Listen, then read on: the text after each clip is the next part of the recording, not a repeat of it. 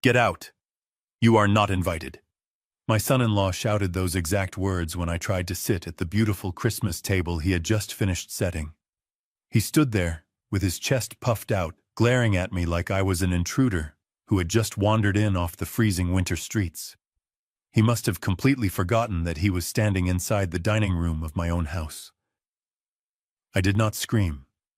I calmly set down the heavy silver roasting pan I was carrying, walked straight to the front hallway, and did something that left his entire family screaming in the dark.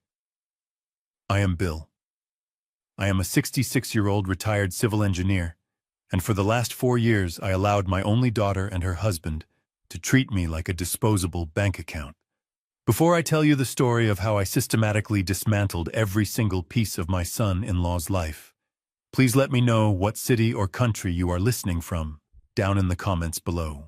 Make sure to hit the like button and subscribe to the channel if you believe that greedy, arrogant bullies always deserve to face the absolute harshest consequences of their actions.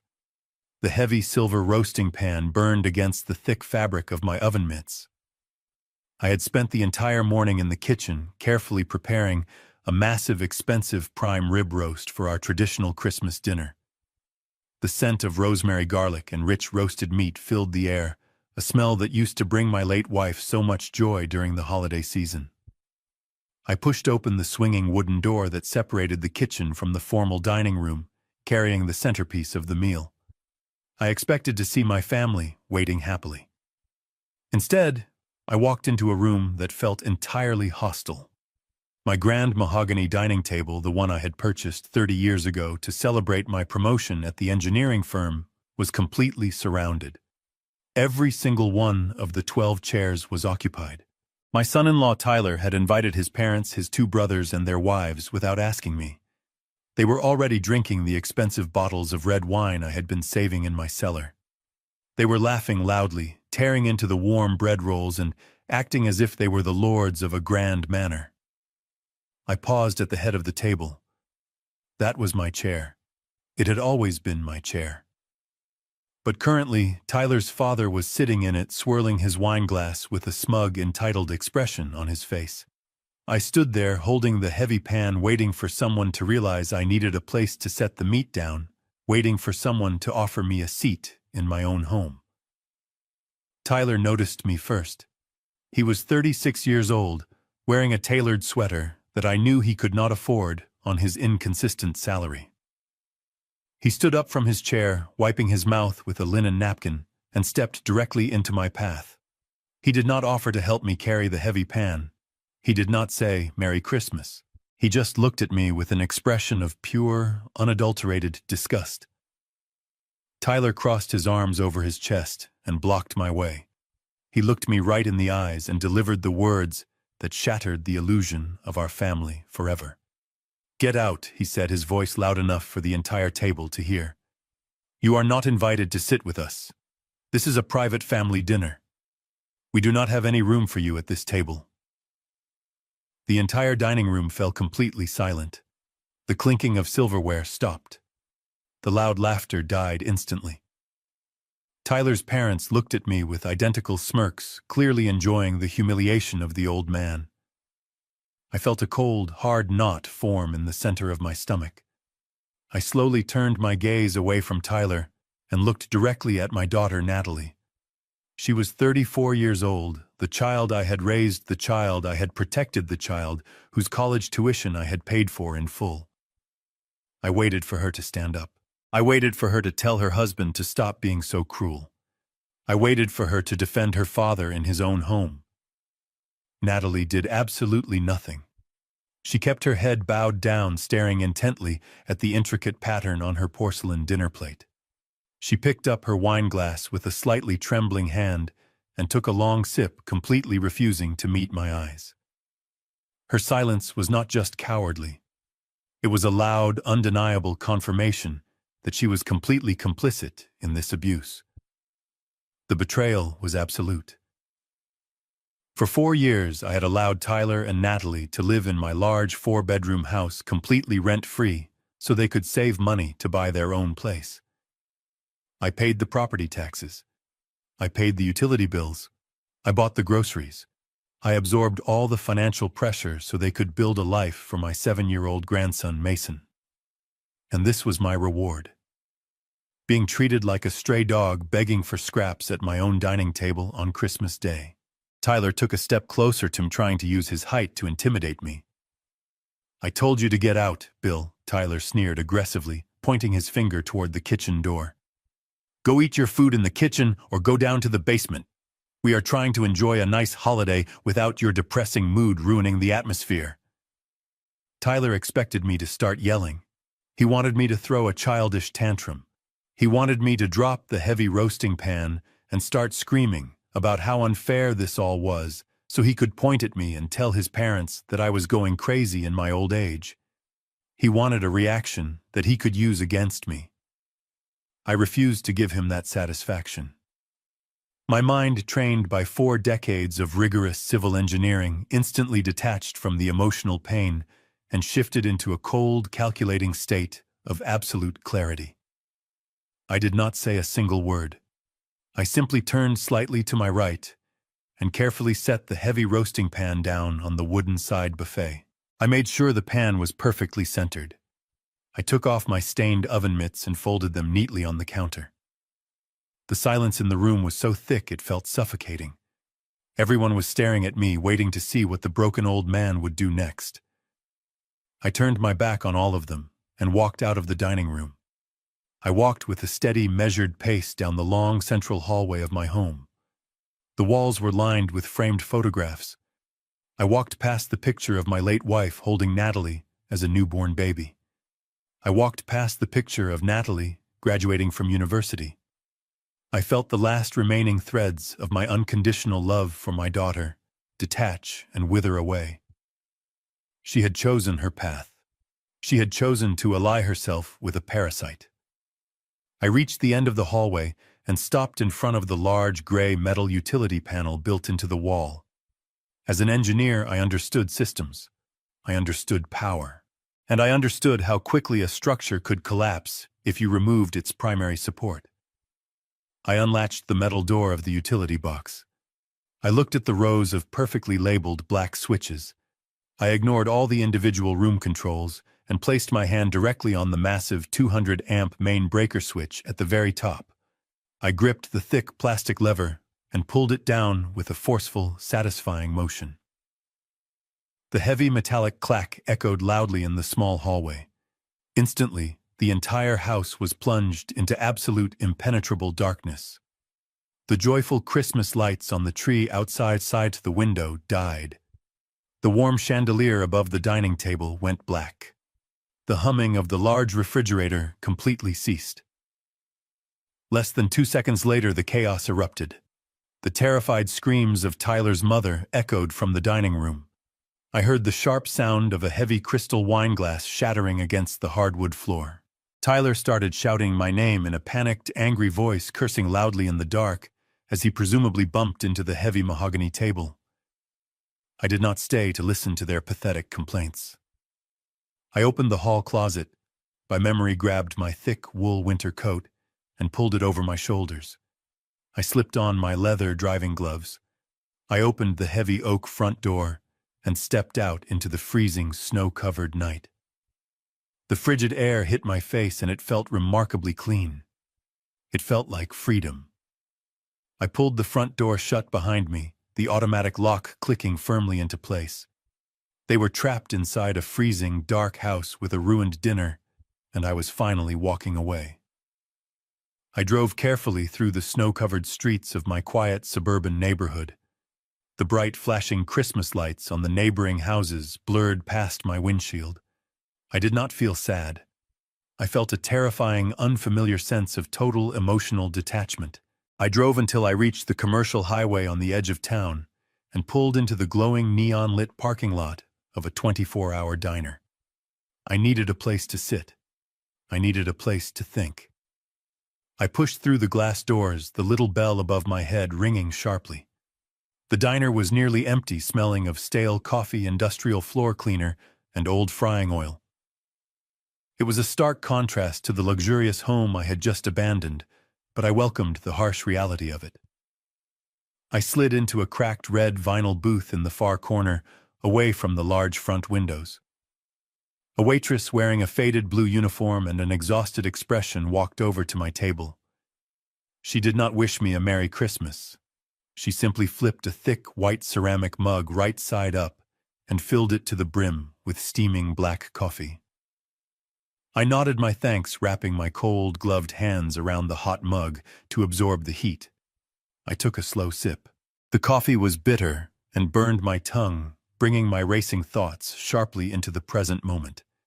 I needed to figure out where I was going to sleep tonight. I needed to book a hotel room. I reached into the inner pocket of my wool coat and pulled out my smartphone. The screen illuminated my face with a cold blue light in the dim diner. I opened my secure banking application to check the balance of my checking account so I could reserve a decent room downtown. The application requested my fingerprint authentication. I pressed my thumb against the screen. The small loading circle spun for a few seconds before displaying my financial dashboard. I scrolled past my basic checking account, which had a normal balance of a few $1,000s. My eyes drifted down to the section labeled Primary Emergency Savings. My heart completely stopped beating in my chest. The breath rushed out of my lungs in a sharp, painful gasp. The number glowing on the screen made absolutely no sense. The emergency savings account should have contained exactly $80,000. It was a very specific number. That money was not just a generic rainy day fund. It was the exact amount of the life insurance payout I had received after my beautiful wife passed away from aggressive cancer 5 years ago. I had sworn a silent oath to her memory that I would never touch a single penny of that monies for my own needs. That $80,000 was sacrosanct. It was securely locked away, intended to be a complete debt-free college fund for my grandson Mason. It was my wife's final gift to the future of our family. The screen in front of me displayed a current available balance of $0.00. I blinked rapidly, rubbing my tired eyes, assuming my vision was blurring from the stress of the evening or the poor lighting in the diner. I pulled the phone closer to my face. The number remained completely unchanged. 0. The money was entirely gone. A cold sweat broke out across the back of my neck. My engineering mind instantly rejected the concept of a computer error. Banks do not simply misplace $80,000. I quickly tapped the screen, forcing my trembling finger to open the detailed transaction history for the savings account. The history loaded immediately. There was only one recent transaction listed. Yesterday morning at exactly 9:15 in the morning, a massive outgoing wire transfer had been initiated and successfully completed. The entire $80,000 had been moved in a single devastating sweep. I stared at the details of the transfer. The receiving party was not a recognizable bank or a standard investment firm.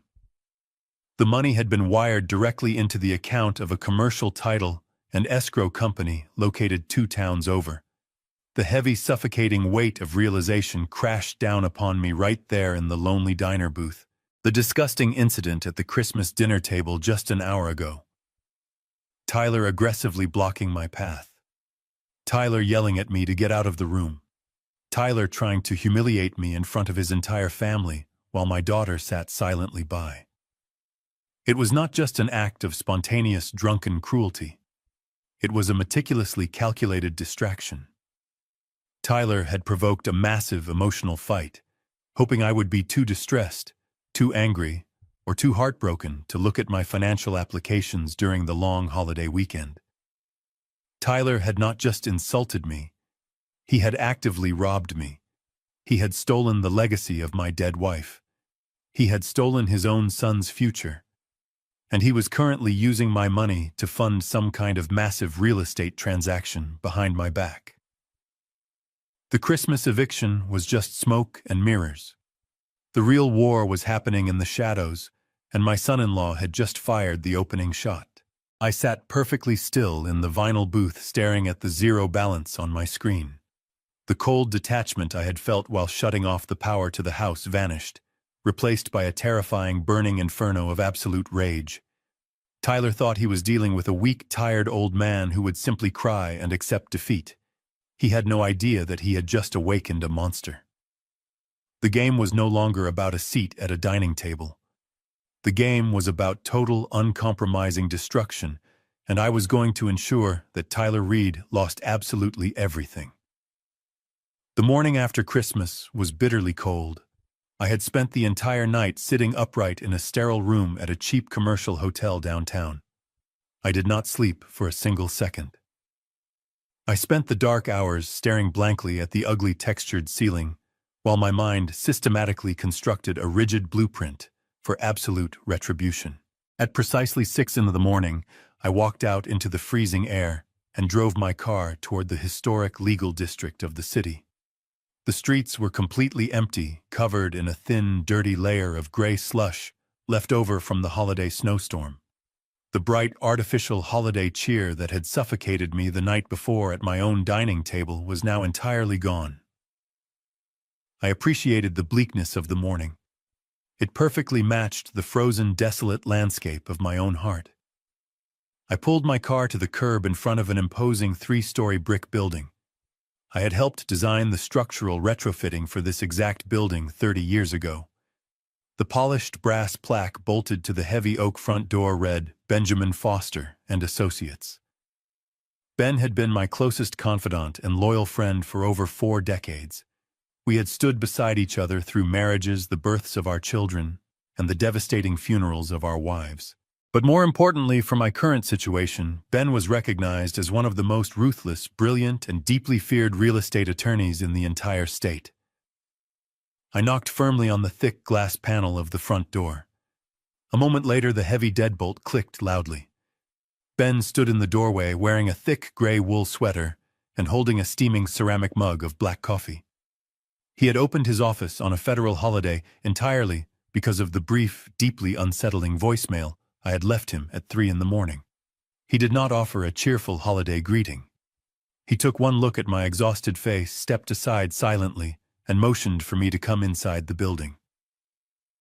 The interior of Ben's office smelled heavily of aged, paper-worn leather and strong, bitter coffee. We walked straight into his main conference room, a massive space lined from floor to ceiling with heavy, intimidating law books. I took off my heavy winter coat and sat down in a high-backed leather chair at the end of the long mahogany table. Ben sat directly across from me, placing his coffee mug down with a soft thud. He looked me directly in the eyes and instructed me to start from the very beginning. I did not waste his time with emotional complaints or tearful storytelling. I did not cry about my daughter, pathetic cowardice, or the intense humiliation I suffered at the dinner table. I spoke with the precise, mechanical, and uncompromising detachment of a senior civil engineer reporting a catastrophic structural failure. I told him about checking my banking application in the diner. I told him about the $80,000 entirely missing from my emergency savings account. I explained clearly that this was not just spare cash. It was the life insurance payout from my late wife's sacred money, completely earmarked to guarantee a debt-free college education for my young grandson. I detailed the exact time, date, and routing numbers of the unauthorized wire transfer to the unknown escrow company. Ben listened carefully to every single word without interrupting me once. As I laid out the stark facts, I watched his physical posture completely transform. The relaxed, comfortable demeanor of an old friend completely vanished. His shoulders squared, his eyes hardened into cold steel, and his jaw set firmly. He was rapidly shifting into a state of absolute legal aggression. When I finally finished speaking, Ben remained perfectly silent for a long moment, tapping his index finger rhythmically against the polished wood of the conference table. He leaned forward and stated that major banking institutions do not authorize $80,000 wire transfers based on a simple phone call or a stolen digital password. He explained that there had to be a massive foundational legal mechanism already in place, something that allowed Tyler to move that amount of wealth without triggering immediate federal fraud alerts. We needed to find the exact source of that legal authority. Ben stood up abruptly and walked over to his large executive desk situated at the far end of the room. He woke up his sophisticated dual-monitor computer system. I pulled my chair closer, sitting right beside him as the bright screens illuminated his deeply focused face.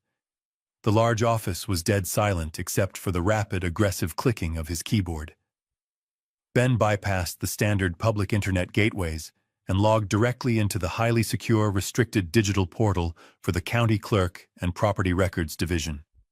He typed in my full legal name, my social security number, and the exact street address of my property. He told me that we were looking for any official document filed under my name within the last 90 days. The database search engine spun for what felt like an agonizing eternity. My heart hammered heavily against my ribs, echoing in my ears. I watched the green progress bar inch slowly across the bottom of the screen. Finally, the system populated a dense list of official registered documents. Ben scanned through them quickly. Most of them were very old and completely harmless. He saw the original deed to my house from 30 years ago. He saw the official mortgage payoff certificate I had proudly filed a decade ago. But at the very top of the list, automatically highlighted in bright yellow by the system, was a completely new entry. The filing date stamped on the document was exactly 14 days ago. It was a Monday. I remembered that specific day perfectly, because Tyler had generously offered to take my car to the mechanic to get the oil changed effectively, leaving me stranded and alone at the house for several hours. He had created the perfect window of opportunity. Ben hovered his mouse cursor over the bright blue document link. He paused, glancing at me with a grave, serious expression, warning me to mentally prepare myself for whatever we were about to see. He clicked the link, and a scanned legal document immediately populated on the large right monitor. The title printed at the very top of the document in bold, undeniable black letters made my blood run cold. It read, "General Durable Power of Attorney." I felt the air completely leave my lungs. Ben quickly began scrolling through the 4 pages of dense, complicated legal text. He read the most dangerous clauses aloud, translating the heavy legal jargon into a terrifying, easy-to-understand reality. The document explicitly granted my son-in-law absolute, unrestricted, and total control over my entire personal estate. It gave him the unyielding legal authority to access all of my bank accounts, empty my secure safety deposit boxes, make critical medical decisions on my behalf, and effortlessly sell any real estate property I owned. According to this legally binding piece of paper, Tyler was legally acting as my absolute proxy. To the banks, the local government, and the entire financial system, Tyler and I were exactly the same person. I stared at the glowing screen in pure, unadulterated disbelief.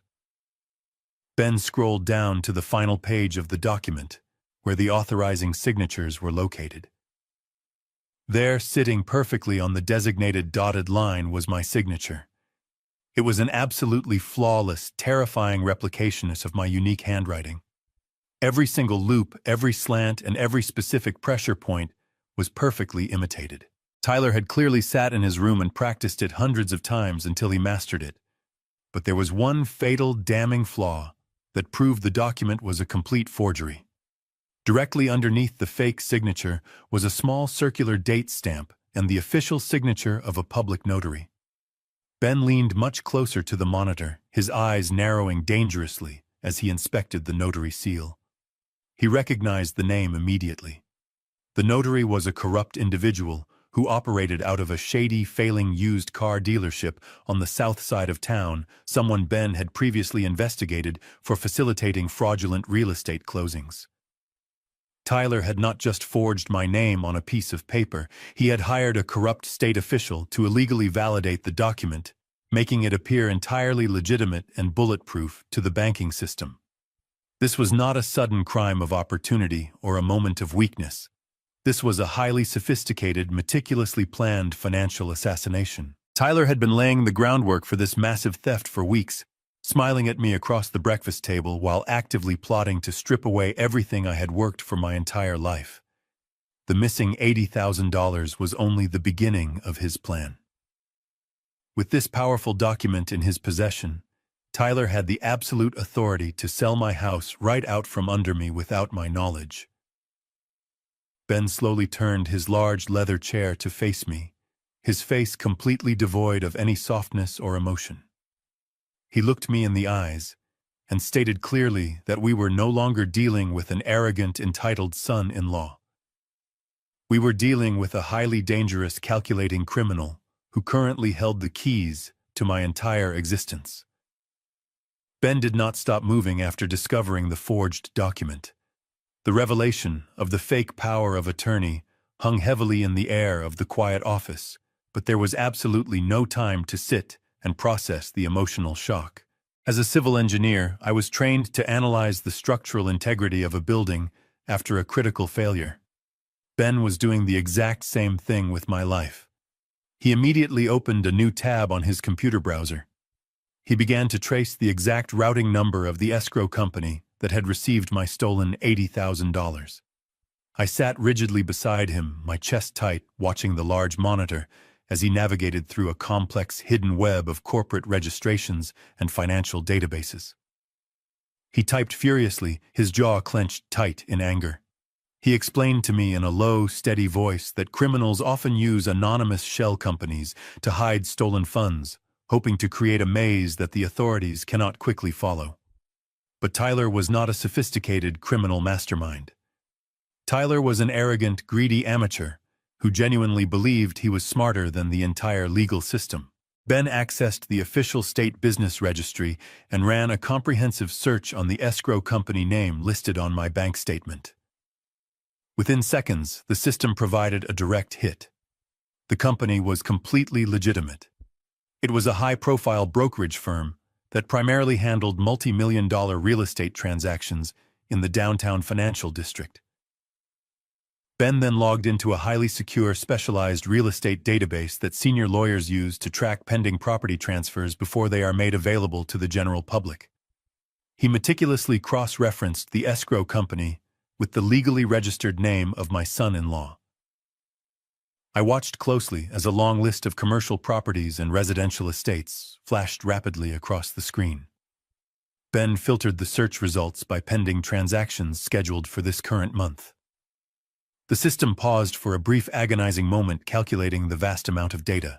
Then, a single highly detailed property listing appeared on the right monitor. Ben leaned back in his heavy leather chair, rubbing his chin thoughtfully. He pointed a steady finger at the screen and told me that we had just found exactly where my grandson and his stolen college fund had gone. I leaned forward and looked at the vivid, high-definition photographs dominating the top half of the screen. It was a massive, incredibly modern luxury condominium located in the most expensive, exclusive skyscraper in the downtown commercial district. The pictures showed massive floor-to-ceiling glass windows, a private wrap-around balcony overlooking the entire city skyline, a pristine white marble kitchen, and custom hardwood floors. It was the exact kind of opulent property that billionaires and elite corporate executives purchased to show off their immense wealth. I carefully read the listing price printed in bold black numbers at the top of the web page. It was $1.2 million. My analytical mind struggled to comprehend the basic mathematics of what I was seeing. Tyler was a mid-level marketing manager. He drove a leased car. He complained constantly about the cost of groceries. He could barely afford to pay his own basic credit card bills without constantly asking my daughter to beg me for a temporary loan. He had absolutely no financial capacity to purchase a $1 million property, nor would any legitimate bank ever approve him for a mortgage of that massive size. Ben scrolled down to the confidential broker notes attached to the bottom of the listing. He read them aloud to me, his voice dripping with pure, unadulterated disgust. The internal notes confirmed that a cash deposit of exactly $80,000 was received yesterday morning as an earnest money payment. This payment was made specifically to secure the condominium and immediately take it off the public market. The primary buyer was listed as Tyler Reed. Tyler had stolen the sacred life insurance money my late wife had left behind and immediately used it as a down payment to buy himself a millionaire lifestyle. But an $80,000 deposit was only a tiny fraction of the total purchase price. Tyler still needed well over $1 million in pure cash to actually close the deal and take physical possession of the luxury condominium. I looked at Ben, completely bewildered by the sheer scale of the financial mechanics, and asked him how Tyler planned to secure the rest of the massive funds. Ben did not answer me immediately. His eyes darkened with a terrifying realization. He turned back to his computer keyboard, his fingers flying across the keys with a renewed, almost violent intensity. Ben opened another portal, this time logging directly into the Municipal Property Tax and Deed Registry database. He typed in the exact street address of my own home, the beautiful 4-bedroom house I had built with my own 2 hands 40 years ago. He hit the search button with a heavy strike of his finger. The screen refreshed instantly, displaying the official tax records and the current legal status of my residential property. A bright red banner stretched completely across the top of my property file. The banner read, "Pending sale." I felt the warm blood completely drained from my face. My stomach twisted into a painful, nauseating knot that made it difficult to breathe. Ben clicked on the red banner to open the attached commercial sales contract. The digital document loaded slowly, revealing a massive, legally binding real estate transaction. My family house was not being sold to another young family looking to build a life. It was being sold to a massive, aggressive corporate development firm that specialized in buying old properties, demolishing them completely, and building high-density luxury townhouses in their place. I stared in absolute paralyzing horror at the purchase price listed on the second page of the contract. $800,000. The corporate buyer was paying entirely in liquid cash to expedite the process, and the person listed as the authorized seller, utilizing the forged power of attorney to completely bypass my knowledge and legal consent, was Tyler. He had literally sold my family home. He had sold the sacred place where my wife and I had raised our only daughter. He had sold the living room where we celebrated countless birthdays, the backyard where I taught my grandson how to throw a baseball, the very walls that held every single precious memory of my entire adult life. He had sold it all to a soulless, faceless corporation to be mercilessly bulldozed into the dirt. The sickening puzzle pieces finally snapped together in my mind, creating a picture of pure evil. Tyler was using the $800,000 cash payout from the sale of my house to fund the remaining balance of his luxury downtown condominium. He planned to render me completely homeless, steal my entire net worth, and live like a king in a glass tower using my money. The sheer magnitude of his betrayal was almost impossible to process. Ben scrolled silently to the very bottom of the commercial sales contract, searching for the agreed-upon dates of execution. He stopped scrolling and highlighted a single line of text in bright blue. He pointed his silver pen directly at the screen, tapping the glass monitor to ensure I understood the urgency. The official closing date for the sale of my house was listed as December 31st. Today was December 26th. I stared at the date on the screen, the terrifying gravity of the situation crushing down on my chest like a physical weight. We had exactly 4 days. In exactly 4 days, the corporate developers would wire $800,000 into a bank account controlled entirely by my son-in-law.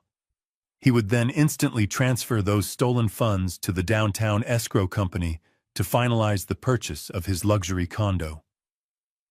In 4 days, I would legally lose ownership of my home. I would lose my life savings, and I would be left wandering the freezing streets with absolutely nothing to my name. Tyler had timed everything perfectly. He had planned this massive financial assassination around the chaos of the holiday season, knowing full well that banks' law offices and government buildings operated on heavily limited schedules. He knew people would be distracted by family gatherings and holiday shopping. He thought his master plan was completely flawless. He thought he had successfully trapped a weak, helpless old man who would be too confused and heartbroken to fight back. But Tyler made one critical, fatal miscalculation in his grand design. he left me alive. I looked away from the computer monitor and looked directly into the eyes of my oldest friend. I did not feel any fear anymore. The initial shock and the deep emotional pain had completely burned away, leaving behind nothing but a cold, absolute, and unyielding resolve. I told Ben that we had 4 days to build a trap that Tyler could never escape. The drive back to my neighborhood felt completely different than the escape the night before. I was no longer a confused, heartbroken father fleeing a ruined holiday dinner. I was a man returning to an active war zone carrying the absolute certainty of my enemy's destruction. I pulled my car into the driveway of my property. The bright exterior security lights were blazing against the dark winter sky. The warm, inviting glow of the living room lamps spilled out across the thick layer of snow on the front lawn. Tyler had obviously found the main breaker panel and restored the electrical power to the house shortly after my departure. The house looked perfectly normal from the outside, a picture of quiet suburban peace, but I knew the foundation was entirely infected with rot. I turned off the engine and sat in the cold car for a long moment, steadying my breathing and forcing my racing heart to slow down. I had to perfectly play the role of the defeated old man. I had to let them believe their master plan was working flawlessly, so they would not panic and change their timeline. I grabbed my house keys, walked slowly up the front steps, and unlocked the heavy oak door. The warm air of the hallway hit my face, carrying the stale, lingering smell of spilled red wine and cold, roasted meat from the disastrous dinner party. The house was unnervingly quiet, a stark contrast to the shouting I had left behind. I took off my heavy winter coat and hung it carefully on its designated hook in the front closet. I did not call out to announce my arrival. I did not want to speak to anyone. I simply started walking toward the kitchen to get a glass of water, hoping to slip into my bedroom unnoticed. I did not even make it past the wide living room archway before Tyler stepped out from the shadows of the staircase. He had clearly been waiting for me to return.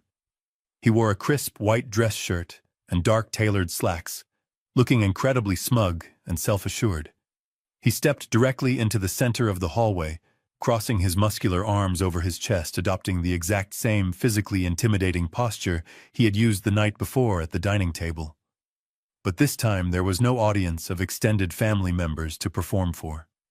It was just the two of us standing in the quiet house. Tyler did not waste his time with pleasantries or fake apologies. He stepped closer to me, aggressively invading my personal space. He pointed a long, accusing finger directly at my chest. He told me that my little electrical stunt last night had completely ruined his mother's holiday experience. He said his parents had been forced to leave the house early because the rooms were freezing cold, and he was absolutely furious about the deep embarrassment I had caused him.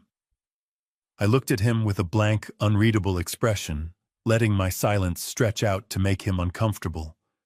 My total lack of a verbal response only fueled his arrogant anger. Tyler leaned down, bringing his face mere inches from mine, and lowered his voice into a vicious, deeply threatening whisper. He told me that I was clearly losing my mind in my old age. He said my memory was rapidly failing, and my erratic behavior was becoming completely dangerous to the safety of his family. He promised me that if I ever tried another pathetic stunt, like shutting off the power again, he would make one single phone call to a state medical board. He threatened to have me officially declared legally incompetent by a corrupt doctor of his choosing. He smiled a cruel, cold smile and told me he had already picked out a state-funded low-income nursing facility 2 towns over. He described it in brutal detail as a miserable place where they lock the heavy metal doors from the outside and ignore the elderly patients for hours at a time. He said he would drop me off at their front desk, sign the admission papers, and never visit me again for the rest of my life. Tyler desperately wanted a fight. He wanted me to scream to loudly deny his terrifying accusations or to break down crying and beg him not to lock me away in a medical facility. He was actively trying to manufacture a documented history of mental instability to easily justify the forged power of attorney he was already using to steal my entire life. I knew exactly what twisted game he was playing, and I completely refused to participate in his trap. I did not blink. I did not show a single ounce of fear or hesitation. I simply shifted my gaze slightly to the right, looking directly past his broad shoulder down the long hallway. The interior door leading to the attached two-car garage was wide open. The harsh fluorescent lights inside the garage were glaring brightly. Stacked neatly against the far concrete wall were dozens of heavy-duty brown cardboard moving boxes. Several of them were already sealed tightly with thick, clear packing tape. I could clearly see my own handwriting on the side of a large blue plastic storage bin, sitting next to the growing wall of boxes. It was the specific bin containing my late wife's fragile porcelain collection and my old engineering college textbooks. Tyler was not just secretly planning to sell the house on December 31st. He was actively packing my entire physical life into cardboard boxes while I was out of the house meeting with my lawyer. He was meticulously erasing my presence from the property, preparing to throw my precious memories into a cheap rental storage unit or a garbage dumpster, the exact moment the corporate developers wired the $800,000 into his stolen bank account. The sheer, breathtaking audacity of his actions was almost difficult to comprehend. He truly thought I was entirely oblivious to the massive trap closing around my neck. I slowly looked back into Tyler's dark eyes. I gave him a weak, tired, and deeply submissive nod, perfectly playing the part of a broken, exhausted elder who had finally surrendered to a much stronger predator. Tyler smirked widely, visibly satisfied with his perceived victory over me, and stepped aside to let me pass through the hallway. I walked slowly past him toward the kitchen, my heart pounding against my ribs with a cold, highly controlled fury. As I reached the marble kitchen island, I heard soft, hurried footsteps rushing up behind me. I turned around and saw my daughter, Natalie. Her eyes were bright red and heavily swollen from hours of crying. She looked terrible and exhausted, wearing an oversized gray sweater and clutching a crumpled white tissue in her trembling hands. She looked quickly over her shoulder into the hallway to ensure Tyler was no longer standing there, listening, before she stepped very close to me. She reached out and grabbed my forearm, her grip surprisingly tight and desperate. Fresh tears spilled over her eyelashes and ran down her pale cheeks. She begged me in a frantic, breathy whisper to just listen to Tyler and do whatever he said. She pleaded with me to stop fighting him, to stop causing unnecessary tension in the house, and to just blindly cooperate with whatever changes he demanded over the next few days. She sobbed quietly, wiping her nose with the tissue, telling me that Tyler was working on a massive life-changing business deal that was going to permanently secure their financial future. She looked me right in the eyes and confessed that their marriage had been rapidly falling apart under the intense stress of living in my house, but this brand new real estate opportunity was finally going to fix all of their problems and save her broken family. The warm kitchen suddenly felt freezing cold. The very last remaining shred of unconditional hope I held for my daughter instantly turned to ash and blew away. Natalie was not an innocent, naive victim being kept entirely in the dark by a cruel, manipulative husband. She knew about the massive real estate deal. She might not have specifically known about the forged signature on the legal documents or the stolen life insurance money. But she absolutely knew Tyler was planning a massive financial maneuver using my personal assets to buy them a brand new life. She had somehow convinced herself that sacrificing my home, my financial security, and my personal dignity was a perfectly acceptable price to pay to keep her toxic husband from filing for divorce. She was actively begging me to willingly walk into my own execution just so she could pretend her perfect suburban marriage was successful. I gently but firmly pulled my arm out of her desperate, clinging grip. I looked at the child I had raised from birth and felt absolutely nothing but a hollow, crushing emptiness in my chest. She had clearly chosen her side in this war. The line was officially drawn in the sand, and she was standing directly next to the enemy. I realized in that exact devastating moment that I could no longer just punish Tyler for his crimes. If I was going to truly protect my innocent grandson, and secure what remained of my legacy, I had to completely destroy them both. I did not sleep for a second night in a row. At the exact moment the pale, freezing sun began to rise over the quiet, snow-covered city the next morning, I was already sitting in the heavy leather guest chair inside Ben's private law office. I had called his personal cell phone during my short drive over from the house and recounted every single terrifying detail of the confrontation in the dark hallway. I told him about the massive stack of heavy brown cardboard moving boxes sitting in my own garage. I described the specific blue plastic storage bin that held my late wife's fragile porcelain collection, a collection Tyler was carelessly preparing to throw away. Most painfully, I told him about the pathetic, desperate tears of my own daughter, as she actively begged me to simply surrender my entire life and my personal dignity to her husband. I told him how Natalie had chosen to protect her failing marriage over my safety. Ben was absolutely furious when I finished the story. His face was flushed with a deep, angry red that contrasted sharply with his gray hair. He paced violently back and forth across the entire length of his large office, his expensive leather dress shoes squeaking sharply against the polished hardwood floor. He was no longer acting like a calm, collected, and professional real estate attorney. He was acting like a fiercely protective brother preparing for a vicious physical fight. He abruptly stopped pacing, walked over to his large mahogany desk, and slammed both of his hands down flat against the smooth wood. He looked me right in the eyes and declared in a booming voice that we were going to the local police precinct right this very second. He stated loudly that he personally knew the commanding officer of the Financial Crimes Unit, a man he had worked with for over 20 years, and that we could have Tyler arrested for forgery and elder abuse before the local banks even opened their doors for the day. Ben aggressively grabbed his heavy winter coat from the brass coat rack in the corner and ordered me to get up from the chair.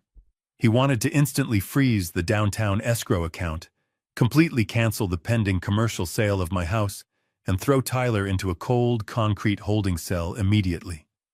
He firmly believed that deploying swift, overwhelming, and immediate legal force was the only acceptable way to protect me from the massive financial threat hanging over my head. I did not move a single muscle. I remained sitting perfectly still in the leather chair, my hands resting calmly and quietly on my lap. I looked up at my oldest, dearest friend and softly told him to put his coat away and sit back down. Ben stared at me in absolute shock, holding his thick winter coat suspended in midair, completely unable to comprehend why a victim of massive fraud was openly refusing to go to the police. I took a slow, deep breath to steady my racing heart and carefully explained the fatal, catastrophic flaw in his aggressive plan. I spoke with the cold, calculated, and entirely detached precision of a senior civil engineer diagnosing a hidden structural weakness in a massive concrete bridge. I explained that if we went to the local police detectives right now, Tyler would absolutely not face the total, uncompromising destruction he rightfully deserved. He was a wealthy-looking, smooth-talking, and highly manipulative young man with absolutely no prior criminal record. The moment the police knocked on his door, he would immediately hire a slick defense attorney and confidently claim that the entire situation was simply a massive, unfortunate family misunderstanding. He would boldly lie to the investigators and say that I had willingly and knowingly signed the power of attorney several months ago and simply forgot about it because of my rapidly advancing age. The most sickening part of the reality was that my own daughter Natalie would likely stand up in a public courtroom and falsely testify under oath that I was suffering from severe memory loss and dementia, validating the exact threat Tyler had whispered to me in the hallway. The local county prosecutor would look at the incredibly messy, emotional family dynamic and likely offer Tyler a very generous, quiet plea deal to avoid a lengthy public trial. Tyler would ultimately get a pathetic slap on the wrist. He would receive a few short years of basic probation, complete some minor community service at a local charity, and he would walk completely free. He would remain comfortably married to my daughter.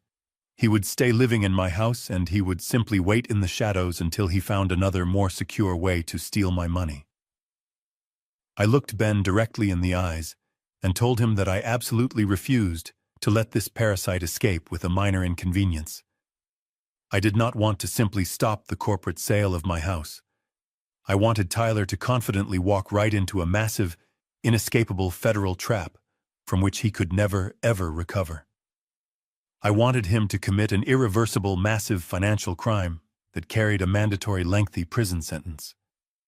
I explained my master plan.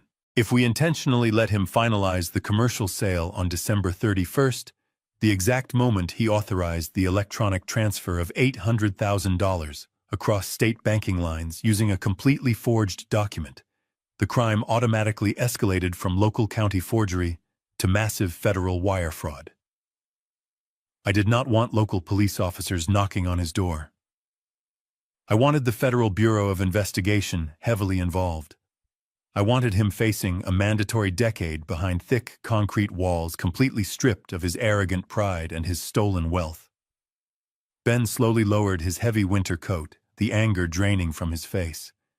He stared at me in total silence for a very long time, his eyes wide with a complex mixture of profound shock, slight fear, and deep, undeniable respect.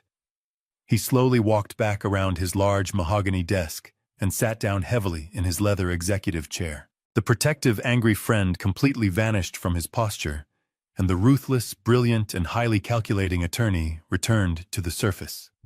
He nodded his head in silent, complete agreement. He understood exactly what kind of machine I was building. We were no longer simply playing defense to protect my retirement assets. We were meticulously engineering a flawless, devastating financial execution. Ben cracked his knuckles loudly and pulled his large computer keyboard closer to the edge of the desk. He told me that if we were truly going to let Tyler push the massive house sale all the way to the final holiday closing date, we needed to secretly and entirely strip him of his legal armor without him ever realizing he was suddenly vulnerable. Ben opened a blank, highly secured legal document template on his right computer monitor. He began to rapidly type, drafting the ultimate silent weapon of our retaliation. It was an official, legally binding revocation of power of attorney. This single piece of paper was perfectly designed to be a lethal, invisible countermeasure. Ben carefully explained the complex legal mechanics as his fingers flew aggressively across the mechanical keyboard. This new document would explicitly, completely, and permanently terminate the forged authority Tyler had illegally filed with the county clerk 2 weeks ago. The document would state in absolute, undeniable, and medically sound terms that I was in full, perfect possession of my mental faculties, and that any and all previous proxies, mandates, or authorizations were immediately rendered null and void under the full penalty of perjury. But the absolute true genius of this specific legal document was its complete secrecy. Ben meticulously structured the revocation so that it did not legally require Tyler to sign it, acknowledge it, or even receive direct physical notification for it to become actively enforced by the state. We were going to pull the critical safety net completely out from under his feet while he was standing confidently on the highest wire, leaving him to fall to his absolute destruction. Ben printed the heavy, dense legal document on thick, expensive watermarked paper. He placed the 4 pages carefully on the wooden desk directly in front of me and handed me his favorite heavy silver fountain pen. I read every single printed word with an immense, satisfying sense of impending justice. I pressed the cold tip of the silver pen to the paper and signed my full legal name on the dotted line. My signature was sharp, steady, and completely authentic, a beautiful and stark contrast to the pathetic, shaky forgery Tyler had submitted to the county. Ben immediately took the document from my hands, pressed his heavy official steel notary seal deep into the bottom corner of the page, and signed his own name with a flourish as the legally binding witness. The document was now fully armed and incredibly dangerous. Ben did not simply put the pages in an envelope and mail the revocation waiting for the slow, incompetent government bureaucracy to eventually process it. He bypassed the public system entirely. He accessed the direct, expedited, and highly secure digital filing portal reserved strictly for senior state attorneys and judges. He uploaded the high-resolution digital scans of the newly signed revocation directly into the Central State Registry database. We both sat in tense silence and watched the bright green progress bar move slowly across the computer screen. A loud, sharp electronic beep suddenly echoed from the computer speakers. The state system generated a bright red 12-digit confirmation number. The document was officially legally recorded and permanently bound to my public financial record. The trap was perfectly set and completely hidden. The forged power of attorney that Tyler deeply believed gave him absolute, unquestionable control over my entire life and my property was now completely worthless. It was nothing more than a dead, empty piece of paper floating in the system. But because we filed the revocation directly with the secure state registry, Tyler would receive absolutely no warning or notification. He would confidently walk right into the downtown title company on New Year's Eve wearing his expensive suit, completely believing he held the absolute power of a king. He would be totally unaware that he was legally nothing more than a common, desperate criminal committing a massive federal offense on high-definition security cameras. I leaned back in the comfortable leather chair, feeling a dark, cold, and entirely unfamiliar smile touch the corners of my mouth. The board was perfectly set. The pieces were moving exactly where I wanted them to go. Now I just had to return to my house and flawlessly play the pathetic role of the defeated, broken victim for 3 more agonizing days. I drove back to my house with the absolute certainty of a man who had just secretly rigged a massive concrete bridge to collapse. I pulled into the driveway, parked my car in the garage next to the towering stacks of cardboard moving boxes, and walked through the interior door with my shoulders intentionally slumped forward. I let out a long, heavy sigh that echoed loudly in the quiet hallway, perfectly broadcasting my manufactured despair to anyone listening. I walked straight up the carpeted stairs to my master bedroom, making sure my footsteps sounded incredibly heavy, slow, and entirely tired. I went to the very back of my deep walk-in closet and pulled out a battered, faded brown leather suitcase that I had not used in over a decade. I carried it like it weighed 100 pounds, placed it gently on the center of my large bed, and unzipped it with visibly trembling hands. I walked over to my heavy oak dresser and began pulling out thick winter sweaters, plain cotton shirts, and a few pairs of simple trousers. I folded them slowly, deliberately, acting like a man whose entire spirit and will to live had been completely crushed into fine dust. I made absolutely sure the bedroom door remained wide open to the hallway. I needed a captive audience for this pathetic performance. I needed my son-in-law to walk past that door and see with his own 2 eyes that his cruel threats from the night before had successfully broken my resistance. I packed a small worn leather toiletry bag with my shaving kit, my toothbrush, and my daily blood pressure medication. Every single slow, agonizing physical movement was a carefully calculated lie. Inside my mind, I felt incredibly sharp, highly energized, and completely dangerous. But on the outside, I was perfectly portraying a sad, confused 66-year-old man preparing to be discarded by his own family, like a bag of worthless garbage. It did not take very long for the predator to smell the blood in the water. Within 20 minutes, I heard the arrogant, heavy footsteps of my son-in-law marching down the upstairs hallway. Tyler stopped directly in the open doorway of my bedroom. I did not look up from my task. I kept my eyes focused downward on the faded brown suitcase, slowly and methodically smoothing out the wrinkles in a gray wool sweater.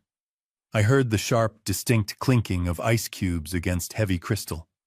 Tyler was casually drinking a large glass of my most expensive aged single malt scotch, openly celebrating his twisted victory in the middle of the afternoon.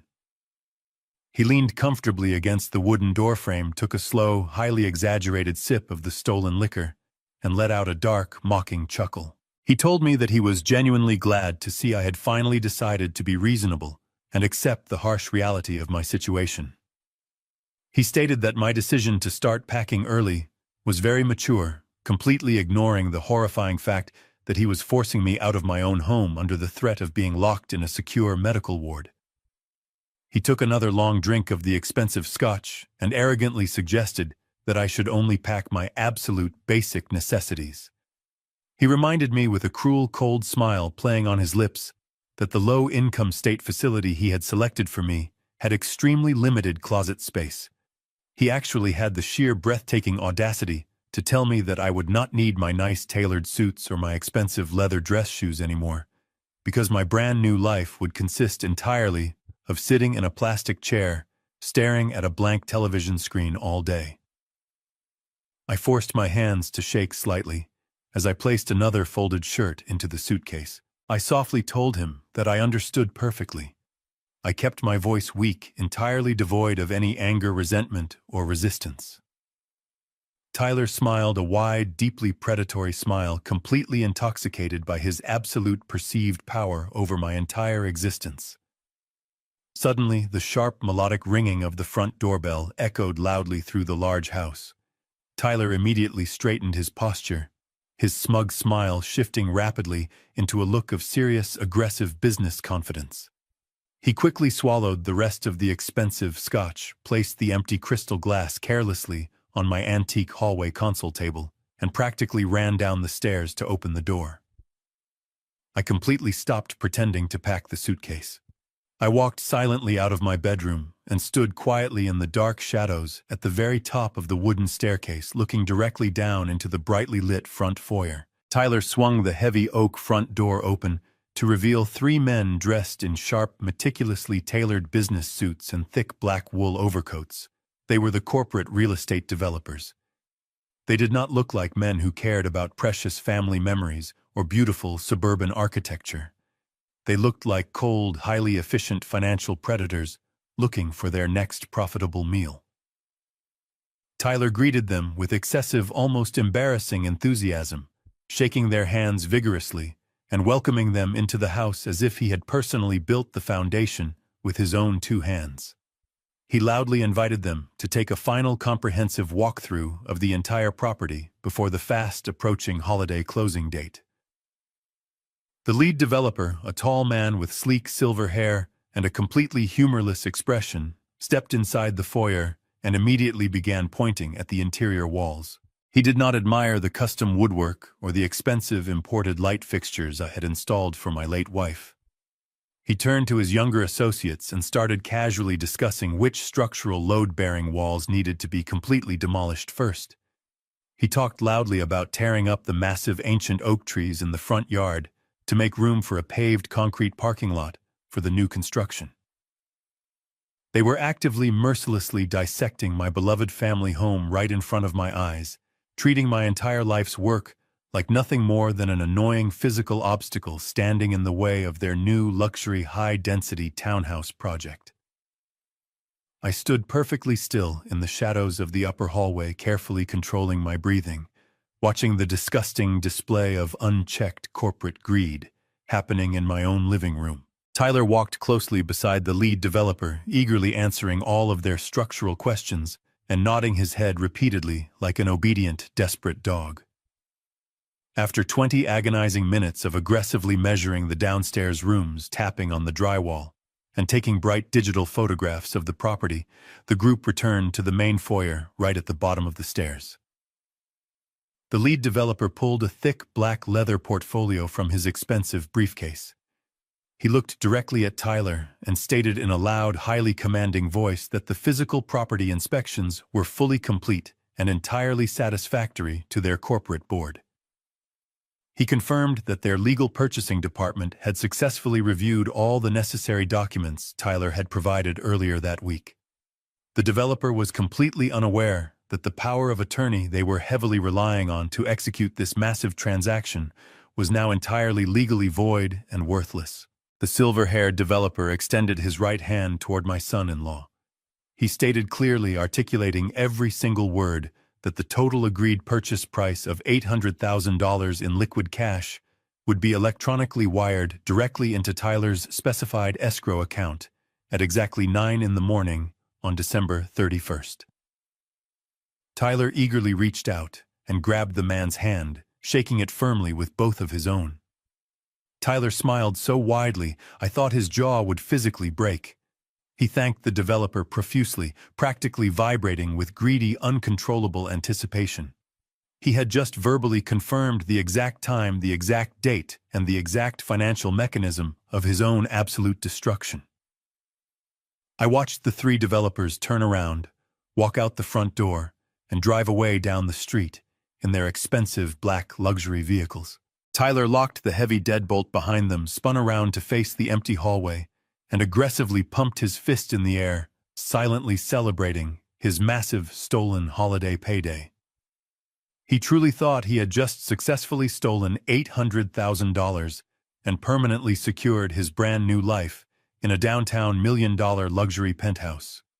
He had absolutely no idea that he had just forcefully shaken hands on a massive federal wire fraud charge that carried a mandatory decade in a concrete prison cell. I quietly turned around and walked back into my master bedroom. I looked down at the pathetic brown suitcase sitting on my mattress. I did not need to fold another shirt or pack another bag. The carefully crafted illusion of my complete surrender was absolutely flawless. The trap was perfectly baited, the arrogant criminal had eagerly taken a massive bite, and all I had to do now was wait patiently for the steel jaws to violently snap shut. I waited until the early evening when the house was completely dominated by the loud, obnoxious sounds of a professional football game blaring from the living room television. Tyler was sprawled across the large sofa I had purchased for them, completely absorbed in the game, shouting aggressively at the screen with a fresh bottle of imported beer in his hand. I used his distraction to quietly slip out through the heavy wooden back door. I walked silently down the dark, snow-covered alleyway, running behind our suburban street, my boots crunching softly against the frozen ice. I got into my car, which I had purposefully parked 2 blocks away from my property earlier that afternoon. I could not risk Tyler looking out the window, seeing my vehicle leaving the driveway, and getting suspicious about my movements during my supposed period of quiet surrender. 48 hours earlier, right after Ben and I had discovered the $1 million luxury condominium listing on his office computer, I had gone to a completely separate local bank where I maintained a small private checking account. I had withdrawn several $1,000s in untraceable cash. I used that money to immediately hire a highly recommended and incredibly discreet private investigator. I needed to know exactly what Tyler was doing at that massive downtown property. I drove slowly through the freezing city streets, carefully navigating toward a dimly lit and entirely empty concrete parking garage located on the far east side of the commercial financial district. The air inside the structure was freezing cold, and the thick concrete walls echoed with the low, distant hum of city traffic.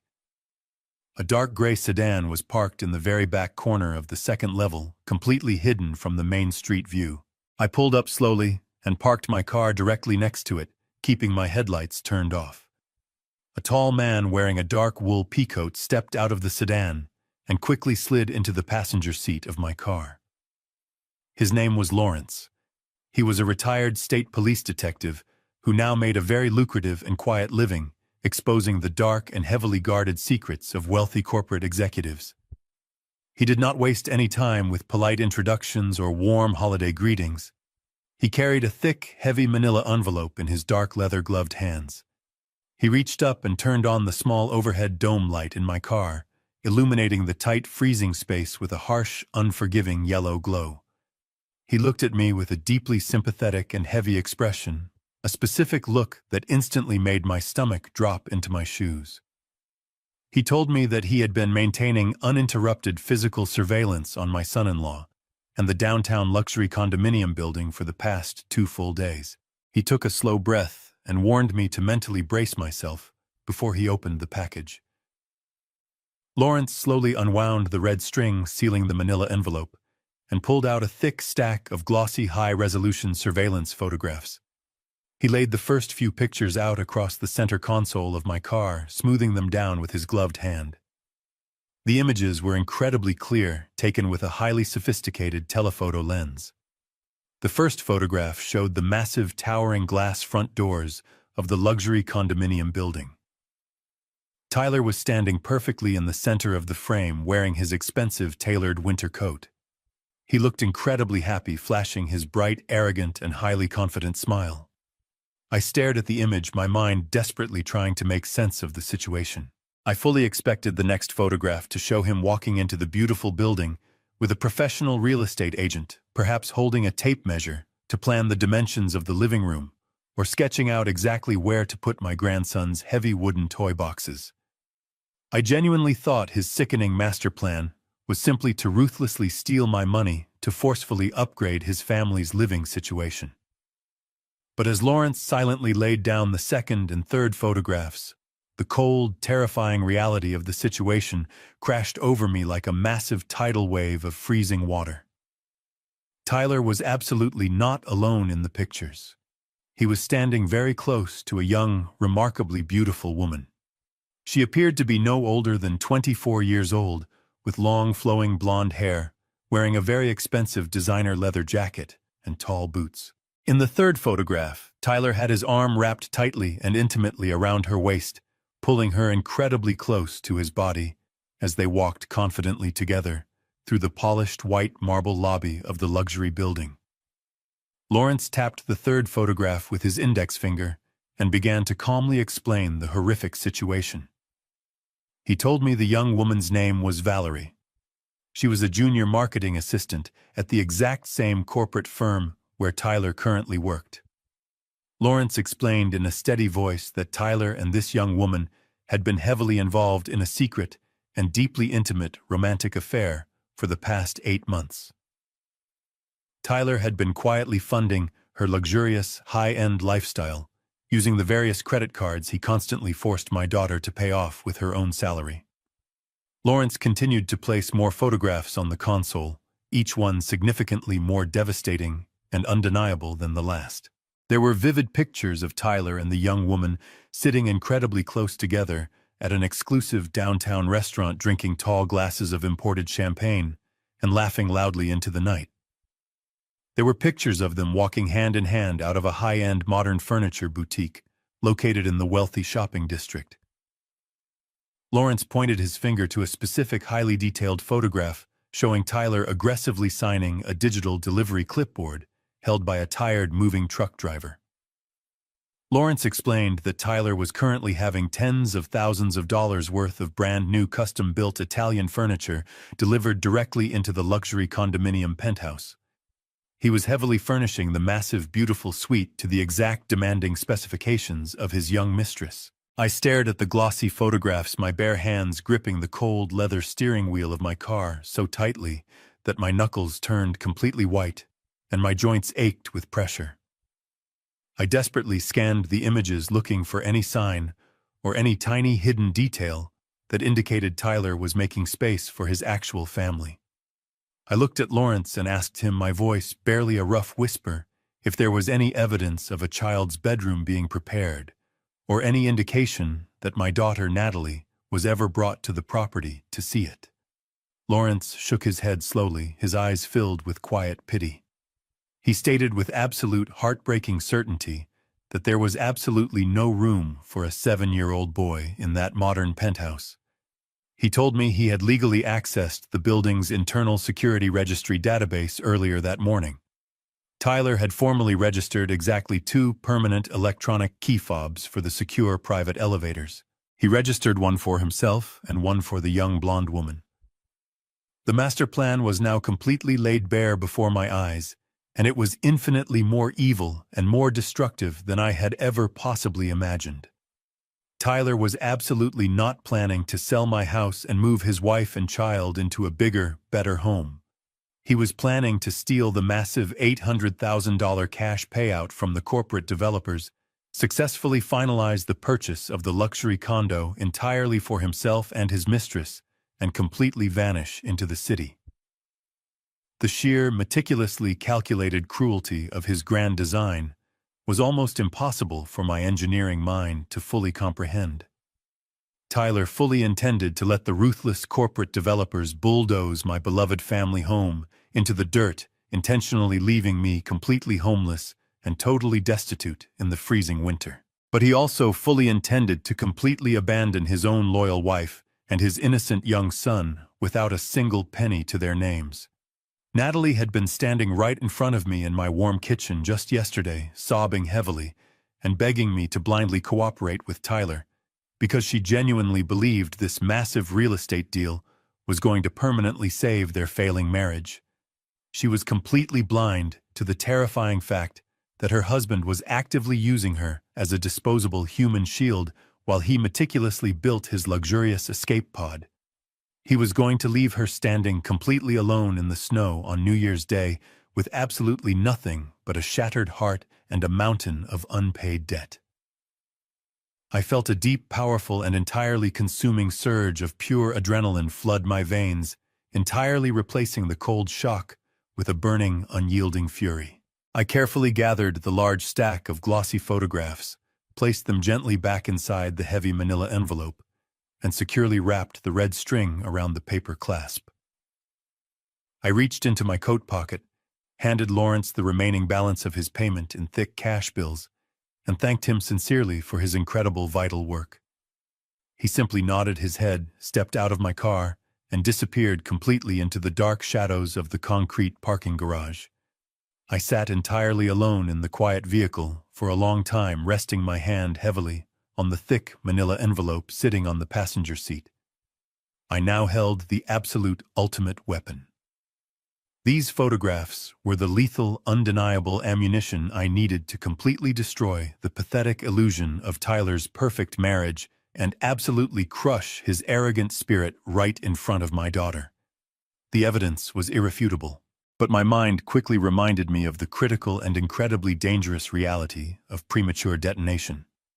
If I drove back to the house right now, kicked open the front door, and violently threw these glossy pictures onto the living room coffee table, the massive emotional explosion would instantly derail the entire legal operation.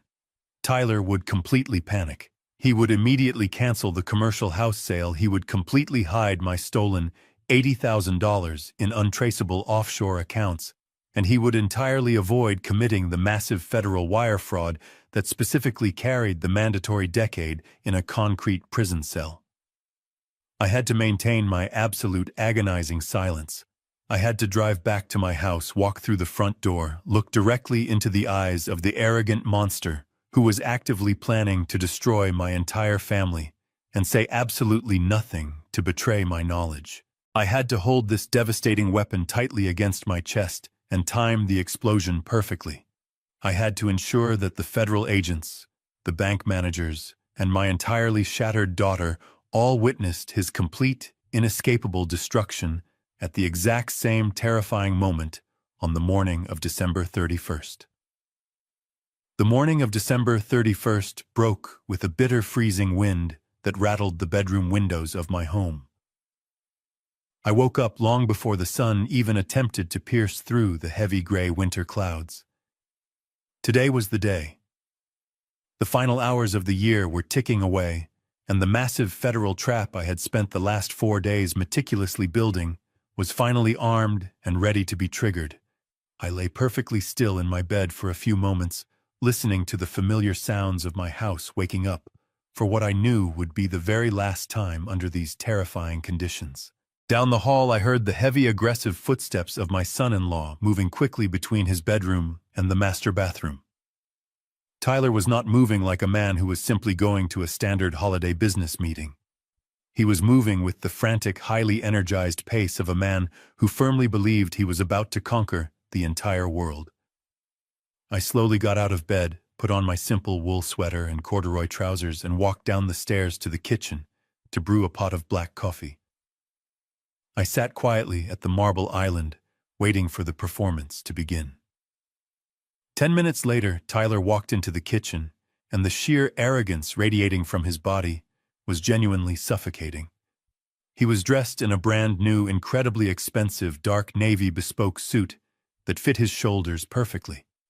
He wore a crisp white silk shirt, a silver silk tie, and a pair of highly polished black leather shoes that clicked sharply against the kitchen floor tiles. He looked exactly like a millionaire corporate executive stepping out of the pages of a luxury magazine. He had obviously purchased this entire outfit entirely on credit, arrogantly anticipating the massive $800,000 cash wire transfer that was scheduled to hit his stolen escrow account in just a few short hours. He walked straight past me without offering a simple good morning, opened the refrigerator, and grabbed a bottle of expensive imported sparkling water. He leaned against the counter, crossed his ankles, and looked down at me with an expression of absolute, unadulterated contempt. He truly believed he was the undisputed king of my castle, standing triumphantly over the broken, pathetic ruins of my long life. Tyler took a slow sip of his sparkling water and checked the heavy gold watch on his left wrist. He looked at me with a cold smile entirely devoid of empathy. He told me to make absolutely sure all of my pathetic brown cardboard boxes were securely taped and stacked by the front door before he returned home this afternoon. He spoke to me slowly and loudly, using the exact same condescending tone a frustrated teacher would use to scold a very slow, disobedient child. He proudly announced that he had personally finalized all the necessary intake paperwork for my permanent relocation. He stated that a cheap medical transport van was scheduled to arrive at my driveway at exactly noon tomorrow, right on New Year's Day. He described the van in vicious detail, telling me it was the kind they used to haul away indigent patients who had absolutely no family left to care for them. He wanted me to fully understand the absolute bleakness of my immediate future. He ordered me to be sitting quietly on the front porch with my single brown suitcase when the van pulled up, strictly forbidding me from making a dramatic emotional scene in front of the neighbors. He warned me that if I caused any trouble or refused to get inside the transport vehicle, he would completely cut off my access to my grandson Mason forever. He used the child I loved more than anything in the world as a final cruel weapon to ensure my total obedience. I sat at the kitchen island, staring down into the dark reflection of my black coffee. I did not raise my voice. I did not argue. I simply gave him a slow, highly defeated nod of my head. My silent submission was exactly the fuel his massive ego desperately required. He chuckled darkly, placed the empty water bottle on the counter, and turned his back on me to grab his leather briefcase from the hallway table. At that exact moment, my daughter Natalie walked into the kitchen. She was wearing a thick pink fleece robe, her hair tied up in a messy morning bun. She looked incredibly tired, but there was a forced, desperate sense of hopeful excitement completely taking over her face. She walked directly past me, entirely ignoring my presence, and went straight to her husband. She threw her arms around Tyler's neck and kissed him deeply. She stepped back, straightening his silver silk tie with her hands, and looked up at him with eyes full of absolute blind devotion. She told him how incredibly handsome he looked in his new expensive suit. She wished him the best of luck on his massive business closing today. She actually smiled a genuine bright smile and told him that she was so incredibly proud of how hard he was working to permanently secure their family's financial future. The level of tragic, sickening irony echoing through the warm kitchen was almost too much to bear. She was actively praising the very monster who was silently plotting to completely destroy her entire existence. I watched her caress his cheek, entirely unaware that the man she was kissing was currently holding a secure digital key fob for a downtown luxury penthouse that belonged exclusively to his young blonde mistress. She had absolutely no idea that while she was busy thanking him for saving their marriage, he was meticulously planning to walk out of the title company with $800,000 in stolen cash and never return to this house again. She was eagerly helping him load the gun that he was going to point directly at her heart. Tyler smiled back at her, a flawless, charming, and completely terrifying performance. He kissed her forehead, promised her they would celebrate with an expensive dinner tonight, and told her he loved her. The lie rolled off his tongue so easily, so naturally, that it made my blood run completely cold. Tyler turned around and walked out the front door, the heavy oak slamming shut behind him with a loud final thud. I listened to the powerful engine of his leased car start in the driveway and slowly back out into the freezing winter street. Natalie stood by the front window, happily watching him drive away toward his grand destiny. She let out a long, contented sigh, turned around, and finally looked at me sitting at the kitchen island. Her smile instantly vanished, replaced by a cold, hardened expression of mild annoyance. She reminded me sharply that I needed to finish packing my things before the transport van arrived tomorrow. She told me not to ruin Tyler's celebratory mood tonight by crying or complaining about my new living arrangements. She then turned her back on me and walked upstairs to wake up my grandson. The total disregard she showed for my humanity cemented my resolve. There was absolutely nothing left to salvage between us. I remained sitting in the quiet kitchen for exactly 10 more minutes, ensuring she was completely occupied on the second floor. I stood up, walked to the front hall closet, and pulled out my heavy winter coat. I reached deep into the back corner of the top shelf and retrieved my locked black leather briefcase. Inside that secure case rested the 2 items that were about to completely vaporize Tyler's entire world. I had the certified legally binding revocation of power of attorney that officially stripped him of all legal authority, and I had the thick manila envelope containing the high-resolution surveillance photographs of his secret young mistress. I gripped the heavy handle of the briefcase, my knuckles turning white with anticipation. The time for hiding in the shadows was officially over. The time for playing the weak, defeated old man had completely expired. I stepped out of the front door into the freezing morning air, walking briskly toward my car parked down the street. Tyler was currently driving downtown to claim his stolen fortune, completely unaware that I was already moving to intercept him at the bank. The final countdown had officially begun. I drove directly from my quiet suburban house to the massive glass and steel headquarters of the primary regional bank located in the heart of the financial district. The morning air was bitterly cold, whipping fiercely through the city streets, but the heating system inside my car felt completely irrelevant compared to the burning heat radiating through my chest. Ben was already standing on the wide concrete steps waiting for me when I pulled into the visitor parking lot.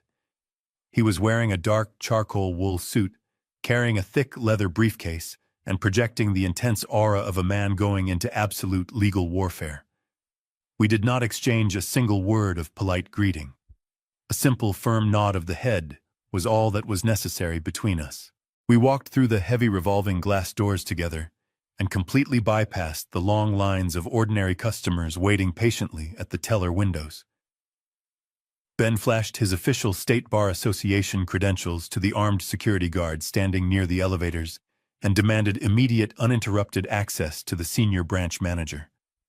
While we walked quickly down the quiet, thickly carpeted hallway of the executive suites, my mind briefly flashed to my son-in-law. Right at this exact moment, Tyler was undoubtedly walking into the plush, luxurious lobby of the downtown title company.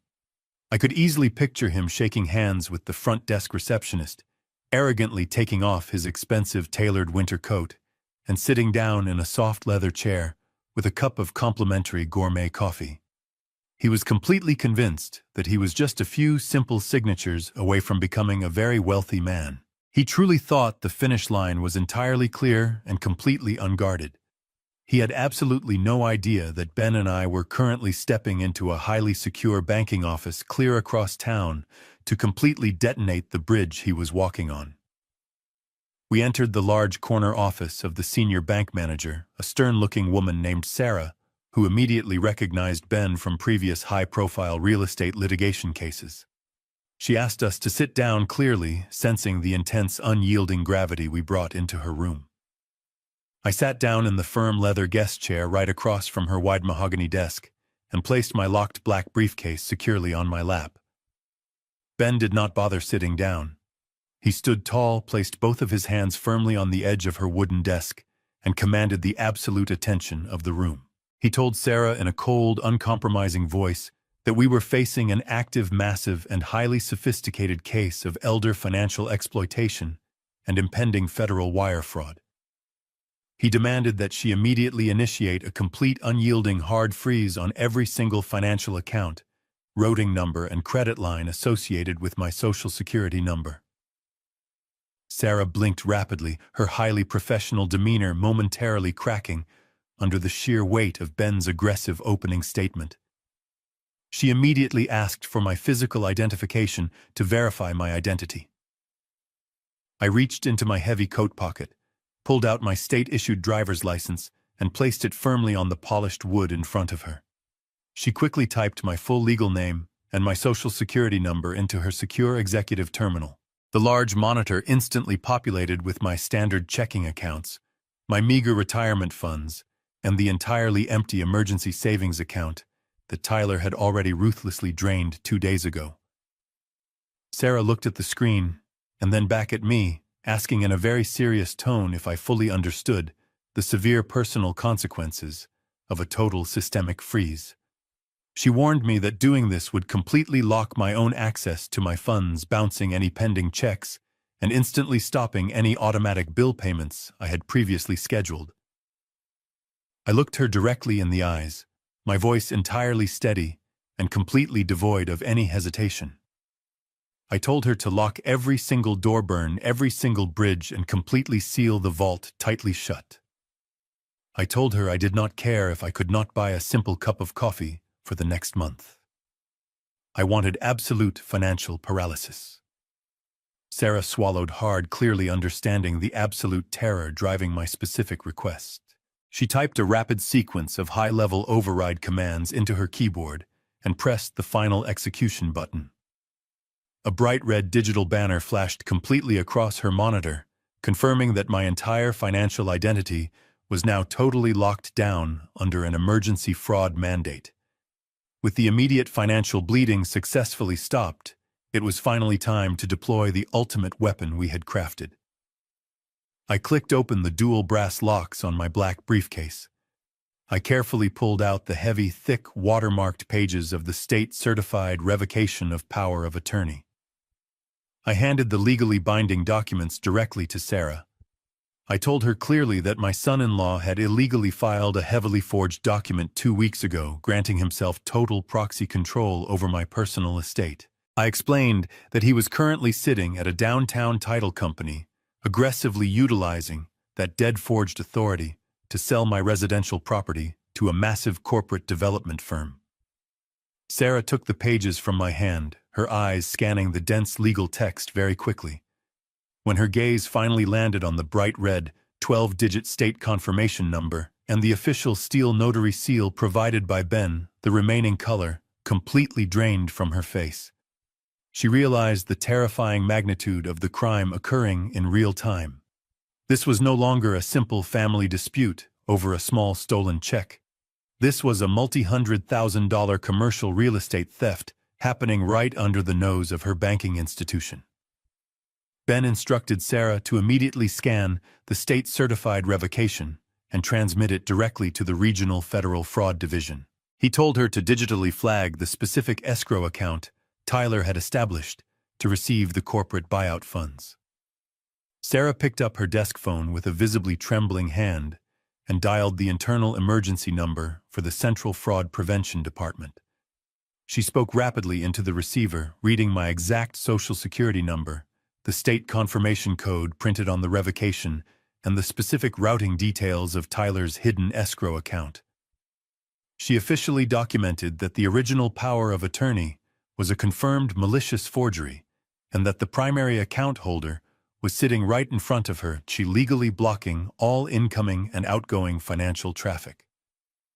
The heavy protective machinery of the federal banking system was finally waking up, and its massive, unyielding gears were locking firmly into place right around my son-in-law's throat. Sarah hung up the heavy plastic phone receiver and looked back at us, her breathing shallow and fast. She confirmed that the regional fraud director had personally received the digital documents and placed an immediate active trace on the specific escrow routing numbers. The trap was now fully operational and completely armed. The only thing left to do was wait for the arrogant rat to step directly on the trigger plate. Ben finally sat down in the leather chair next to mine, crossing his arms tightly over his chest. We all turned our entire attention to the large computer monitor sitting prominently on Sarah's desk. The screen displayed a live, highly secure feed of the locked escrow account. The balance currently read $0.00. We were waiting for a massive $800,000 commercial wire transfer to hit that exact digital space from the corporate real estate developers. The silence in the executive office was absolutely deafening. I could hear the second hand ticking loudly on the large analog wall clock above the door. It was exactly 9:15 in the morning. Tyler was definitely sitting inside the fancy closing room right now, holding a heavy gold pen, aggressively signing his forged name on the final fraudulent property deeds. I clearly pictured his arrogant, victorious smile. I pictured the corporate developers shaking his hand and congratulating him on a smooth transaction. I pictured the exact moment the escrow officer would hit the send button on their own computer terminal, legally authorizing the massive cash payout to secure the property title. The physical tension in my chest was so incredibly tight, I thought my ribs would snap under the immense pressure. I did not take my eyes off the computer screen for a single second. I watched the glowing blue numbers on the monitor, waiting for the devastating financial collision that would finally give me my complete revenge and absolutely destroy the arrogant man who had tried to throw me away. While we sat in the suffocating silence of the bank manager office, my mind perfectly visualized the exact scene unfolding a few miles away in the luxurious downtown title company. Tyler was sitting comfortably in a high-backed leather chair inside a polished glass conference room overlooking the city skyline. The corporate real estate developers were sitting directly across from him, sipping expensive bottled water and casually discussing their destructive demolition plans for my beautiful family home. An escrow officer, entirely unaware that she was actively facilitating a massive federal crime, pushed a thick stack of legally binding closing documents across the smooth mahogany table. She smiled politely and handed Tyler a heavy gold pen.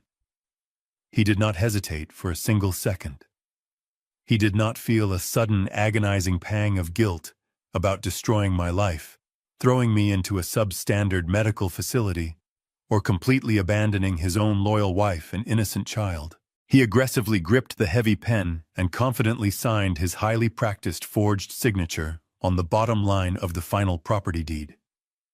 He handed the thick stack of documents back to the escrow officer with a wide, intensely arrogant smile, completely believing he had just successfully pulled off the greatest financial heist of his entire life. The silver-haired corporate developers stood up and shook his hand for the final time, officially and legally cementing the fraudulent commercial sale. The escrow officer turned back to her sophisticated computer terminal to initiate the massive financial payout. She carefully typed in the specific routing numbers for Tyler's hidden escrow account, officially authorized the transfer of $800,000 in liquid cash, and pressed the final execution key. The digital money instantly left the massive corporate development account and shot through the complex, invisible web of the national banking system, heading directly toward the massive, reinforced brick wall I had just meticulously built. Back inside the secure executive bank office, my eyes remained completely glued to the large, glowing computer monitor sitting prominently on Sarah's desk. The digital clock on the bottom corner of her screen clicked silently to exactly 9:30 in the morning. Suddenly, the tense, quiet room was pierced by a sharp, high-pitched electronic chime that made my heart race. The live, secure feed of Tyler's previously empty escrow account violently refreshed. A massive block of bright green text appeared rapidly on the screen, indicating an incoming commercial wire transfer of exactly $800,000. But the massive sum of money did not successfully deposit into the account. The exact microsecond the massive funds attempted to clear the final automated security checkpoint, they violently collided with the absolute uncompromising, hard freeze Ben and I had initiated just 30 minutes prior. The complex banking system reacted with terrifying, immediate mechanical hostility. The bright green text on the monitor instantly turned into a flashing, aggressive red color. A large digital warning box completely covered the center of the screen, displaying the words, "Transaction denied," and "Account permanently suspended" in bold capital letters. The massive $800,000 wire transfer was instantly intercepted, frozen in a secure digital purgatory, and completely confiscated by the Central Fraud Division. Tyler's entire master plan did not just quietly fail. It completely shattered into a million unrecoverable pieces against the impenetrable legal shield of the state-certified revocation document. I let out a long, incredibly heavy breath that I felt like I had been holding for the past 4 agonizing days. The deep, crushing physical weight on my chest completely evaporated, entirely replaced by a surging, powerful wave of absolute, undeniable victory. I looked over at Ben. My oldest, most loyal friend leaned back slowly in his leather guest chair, took off his reading glasses, and allowed a cold, deeply satisfied smile to finally spread across his face. Sarah sat perfectly still behind her large mahogany desk, staring intently at the flashing red warnings on her computer monitor. She reached out with a slightly trembling hand and typed a quick sequence of administrative commands to verify the exact legal status of the intercepted funds. She looked up at us, her eyes wide with a complex mixture of professional shock and deep respect for the flawless trap we had engineered. She confirmed in a quiet, incredibly serious voice that the massive wire transfer had officially crossed state banking lines before it was violently blocked by the internal freeze. Because the fraudulent transaction involved multiple major banking institutions, a stolen identity, a forged power of attorney, and an amount vastly exceeding the minimum federal threshold. The internal security system had automatically and instantly notified the Federal Bureau of Investigation. She explained that regional federal fraud agents and local police detectives were already receiving the automated emergency alert packets detailing the exact location of the fraudulent signing and the specific identity of the account holder. Tyler was no longer just a simple domestic abuser bullying an old man in a dark hallway. He was now officially categorized as a highly dangerous perpetrator of massive federal wire fraud. He had successfully completed the physical crime by signing the papers. He had left an undeniable digital paper trail, and there was absolutely no legal way for him to cancel the transaction or claim it was a simple family misunderstanding. He was permanently locked into the devastating consequences of his own unchecked greed. The heavy machinery of the justice system was actively preparing to hunt him down, and he was currently walking out of the title company, completely oblivious to the massive storm about to completely destroy his life. I vividly pictured Tyler stepping confidently out of the towering glass doors of the title company building and walking out into the freezing winter air. He was probably pulling his thick, expensive wool coat tightly around his shoulders, inhaling the crisp city air, and feeling like the absolute undisputed master of his own grand destiny. He probably reached into his coat pocket to retrieve his car keys, eager to drive directly to the luxury downtown condominium to celebrate his massive victory with his young blonde mistress. But before he could even reach his car, the sharp vibrating ring of his expensive smartphone would entirely shatter his peaceful delusion. He would pull the phone from his pocket, casually expecting a congratulatory text message from the developers or a loving note from his secret girlfriend. Instead, he would see the frantic, terrified name of his luxury real estate agent flashing brightly on the digital screen. He would swipe to answer the call, his arrogant smile still firmly plastered on his face. But the voice on the other end of the line would not be offering warm holiday congratulations. The luxury real estate agent would be screaming in absolute unfiltered panic. She would rapidly inform him that the initial $80,000 earnest money check he had aggressively used to secure the $1 million penthouse had just violently bounced back from the bank, completely flagged for severe internal fraud. She would yell directly into the phone that the luxury condominium management company was entirely furious. The property was immediately going back on the public market. And most terrifying of all, two uniformed police officers were currently standing in the pristine marble lobby of the building, aggressively asking for his exact whereabouts. The absolute horrifying realization would suddenly crash down upon his shoulders right there in the freezing cold street. He did not have his stolen $800,000. He did not have his stolen $80,000 deposit. He did not have his $1 million penthouse. He had absolutely nothing. The blood would completely drain from his face as he realized his flawless master plan was actually a perfectly engineered financial guillotine, and the heavy steel blade had just violently dropped. He was suddenly a highly wanted fugitive, completely trapped in a nightmare of his own making, and the only place left for him to run in absolute desperation was back to the very house he had just tried to destroy. I left the secure executive office of the regional bank and drove back to my quiet suburban neighborhood. The freezing winter wind continued to howl against the windshield of my car, but the thick, suffocating weight that had rested heavily on my shoulders for the past 4 days was entirely gone. I felt incredibly light, highly focused, and completely ready for the final devastating act of this tragedy. I parked my car inside the garage, intentionally pulling it very close to the massive wall of brown cardboard moving boxes Tyler had proudly packed with my belongings. I looked at those sealed boxes and felt a deep, profound sense of vindication. Those boxes were not going to a cheap medical transport van or a low-income nursing facility. They were going to stay right here in my beautiful home, exactly where they belonged. I unlocked the interior garage door and stepped into the warm, familiar hallway of my house. The property was completely silent. My daughter Natalie had taken my grandson Mason to a holiday winter festival downtown, completely oblivious to the massive financial explosion that had just occurred across the city. Her absence was a temporary blessing. I needed the house to be entirely clear for the violent storm that was rapidly approaching our front door.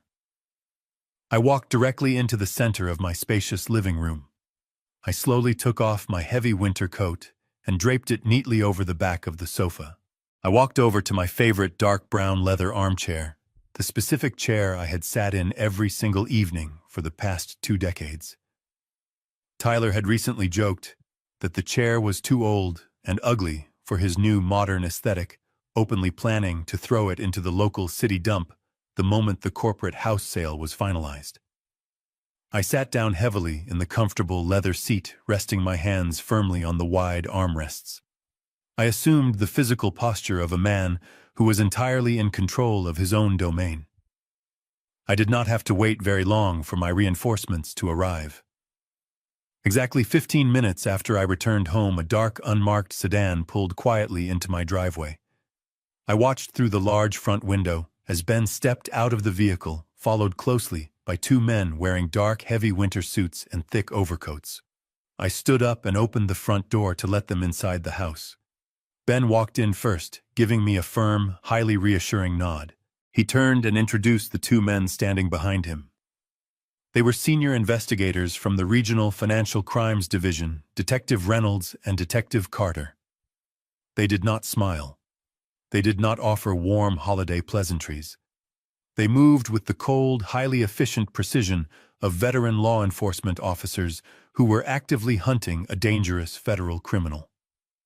Detective Reynolds was a tall, incredibly imposing man with sharp gray eyes that seemed to instantly scan and evaluate every single detail of my living room. Detective Carter was slightly shorter, but possessed a thick, muscular build that clearly communicated his deep physical authority. Ben briefly explained the immediate layout of the house to the detectives. He pointed toward the front foyer and the main hallway, outlining exactly how we would position ourselves to successfully trap Tyler the moment he inevitably returned to the property. Detective Reynolds instructed me to sit right back down in my leather armchair. He told me to remain completely silent and entirely still when my son-in-law burst through the front door. He wanted Tyler to fully incriminate himself, to show his absolute true colors, and to aggressively demonstrate the exact elder abuse he had been secretly inflicting upon me behind closed doors. Ben stood directly to my right side, his arms crossed tightly over his chest, his face set in a look of absolute unyielding legal judgment. The two federal detectives positioned themselves perfectly in the deep shadows near the wide archway of the living room, completely out of direct sight from the main front hallway, but perfectly positioned to instantly block any attempt at a physical escape. We formed a silent, impenetrable wall of absolute justice, and we waited in the quiet house for the desperate criminal to arrive. The suffocating silence of the living room was suddenly broken by the loud, aggressive sound of a car engine roaring down the quiet suburban street. Through the large front window, I watched Tyler Lee's vehicle violently jump the curb and skid dangerously across the snow-covered driveway. He slammed on the brakes, throwing the car into park before it had even completely stopped moving. The heavy driver's side door flew open, and Tyler practically fell out of the vehicle. He did not look like the arrogant, highly confident millionaire who had walked out of my kitchen just a few short hours ago. His expensive, tailored winter coat was completely unbuttoned and flapping wildly in the freezing wind. His silver silk tie was violently loosened around his neck. His face was entirely flushed with a dark, terrifying shade of panicked red. He was moving with the frantic, highly reckless energy of a cornered animal, desperately searching for a way to survive. He aggressively stomped up the concrete front steps, completely ignoring the icy patches on the ground. He did not bother reaching into his pocket for his house keys. He simply raised his heavy leather boot and violently kicked the solid oak front door right near the heavy metal handle. The door shuddered under the immense physical impact, but remained securely locked. He kicked it a second time simultaneously, twisting the doorknob with aggressive, panicked force. The heavy deadbolt finally gave way, and the thick oak door crashed loudly against the interior hallway wall. Tyler stormed into the front foyer like a completely unhinged madman. He immediately began screaming my name at the absolute top of his lungs. His voice was completely raw, echoing with a mixture of intense, uncontrolled rage and absolute, undeniable terror. He demanded to know exactly where I was hiding.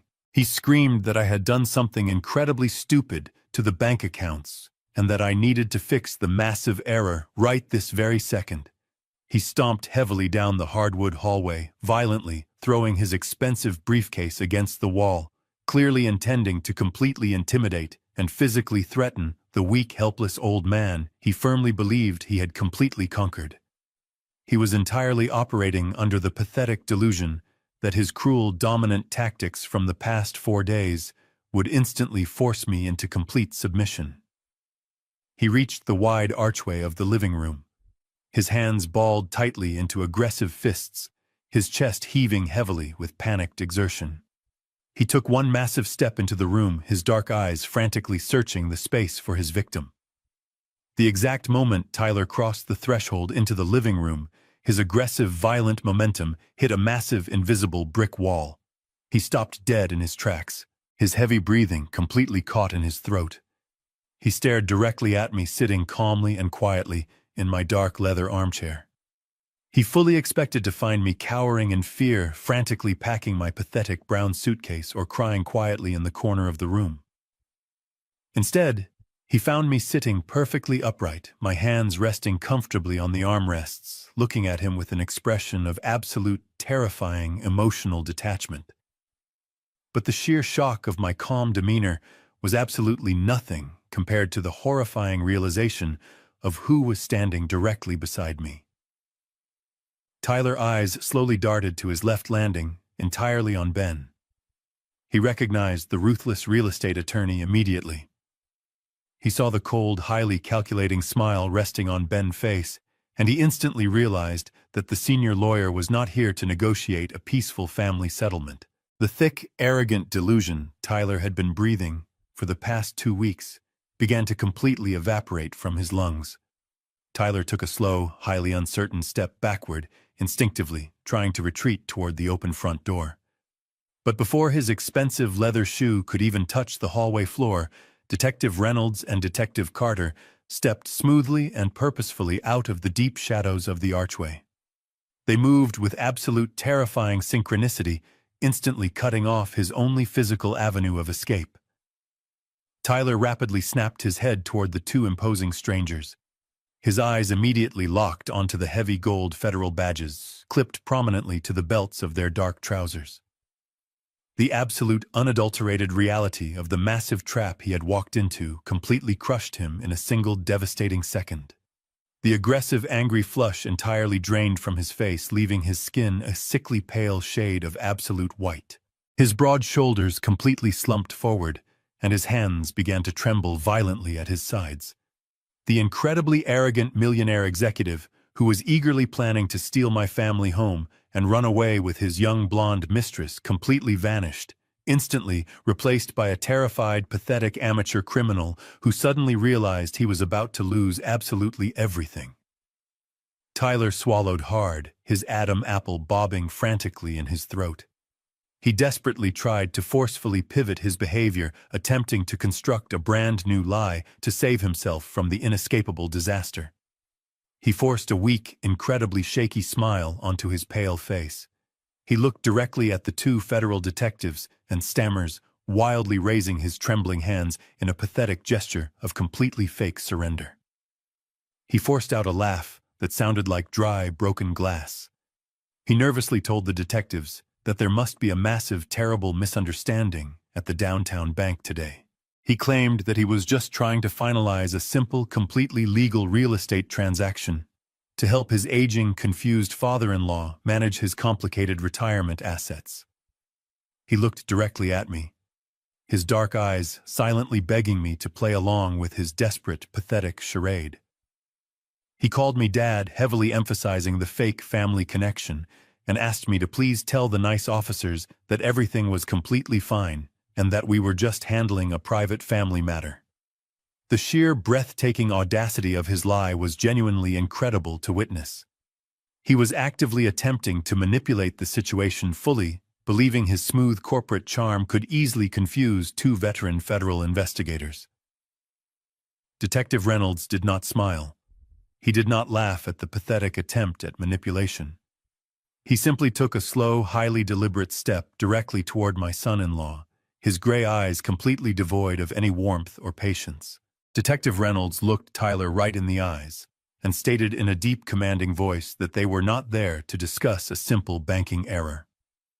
He informed Tyler that they were actively investigating a highly coordinated, massive instance of federal wire fraud, aggravated elder exploitation, and the intentional use of heavily forged legal documents across state lines.